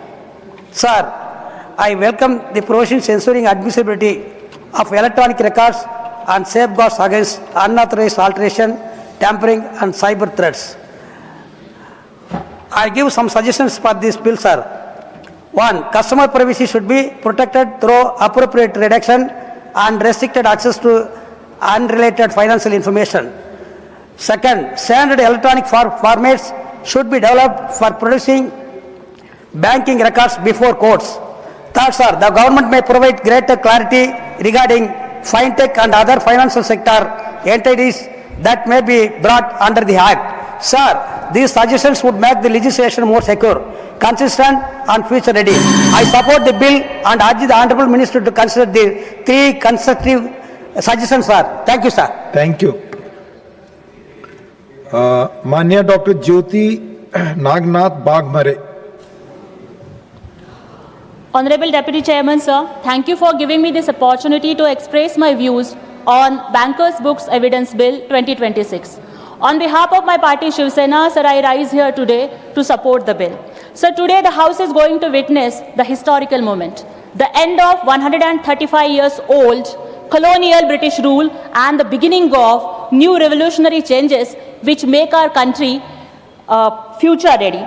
Sir, on behalf of our leader, Honorable Deputy Chief Minister of Maharashtra Eknath Shinde ji, who is the torchbearer of women empowerment and started a very important scheme like Ladki Bahin and gifted the financial freedom to the women, I would like to congratulate Honorable Finance Minister Nirmala Sitharaman ji. Sir, I think she is giving a very strong message of women liberation and women empowerment, not only to the country but to the entire nation. And I think, sir, she proved that चूल्हे चौके की चौखट से निकलकर नया इतिहास रचाती है।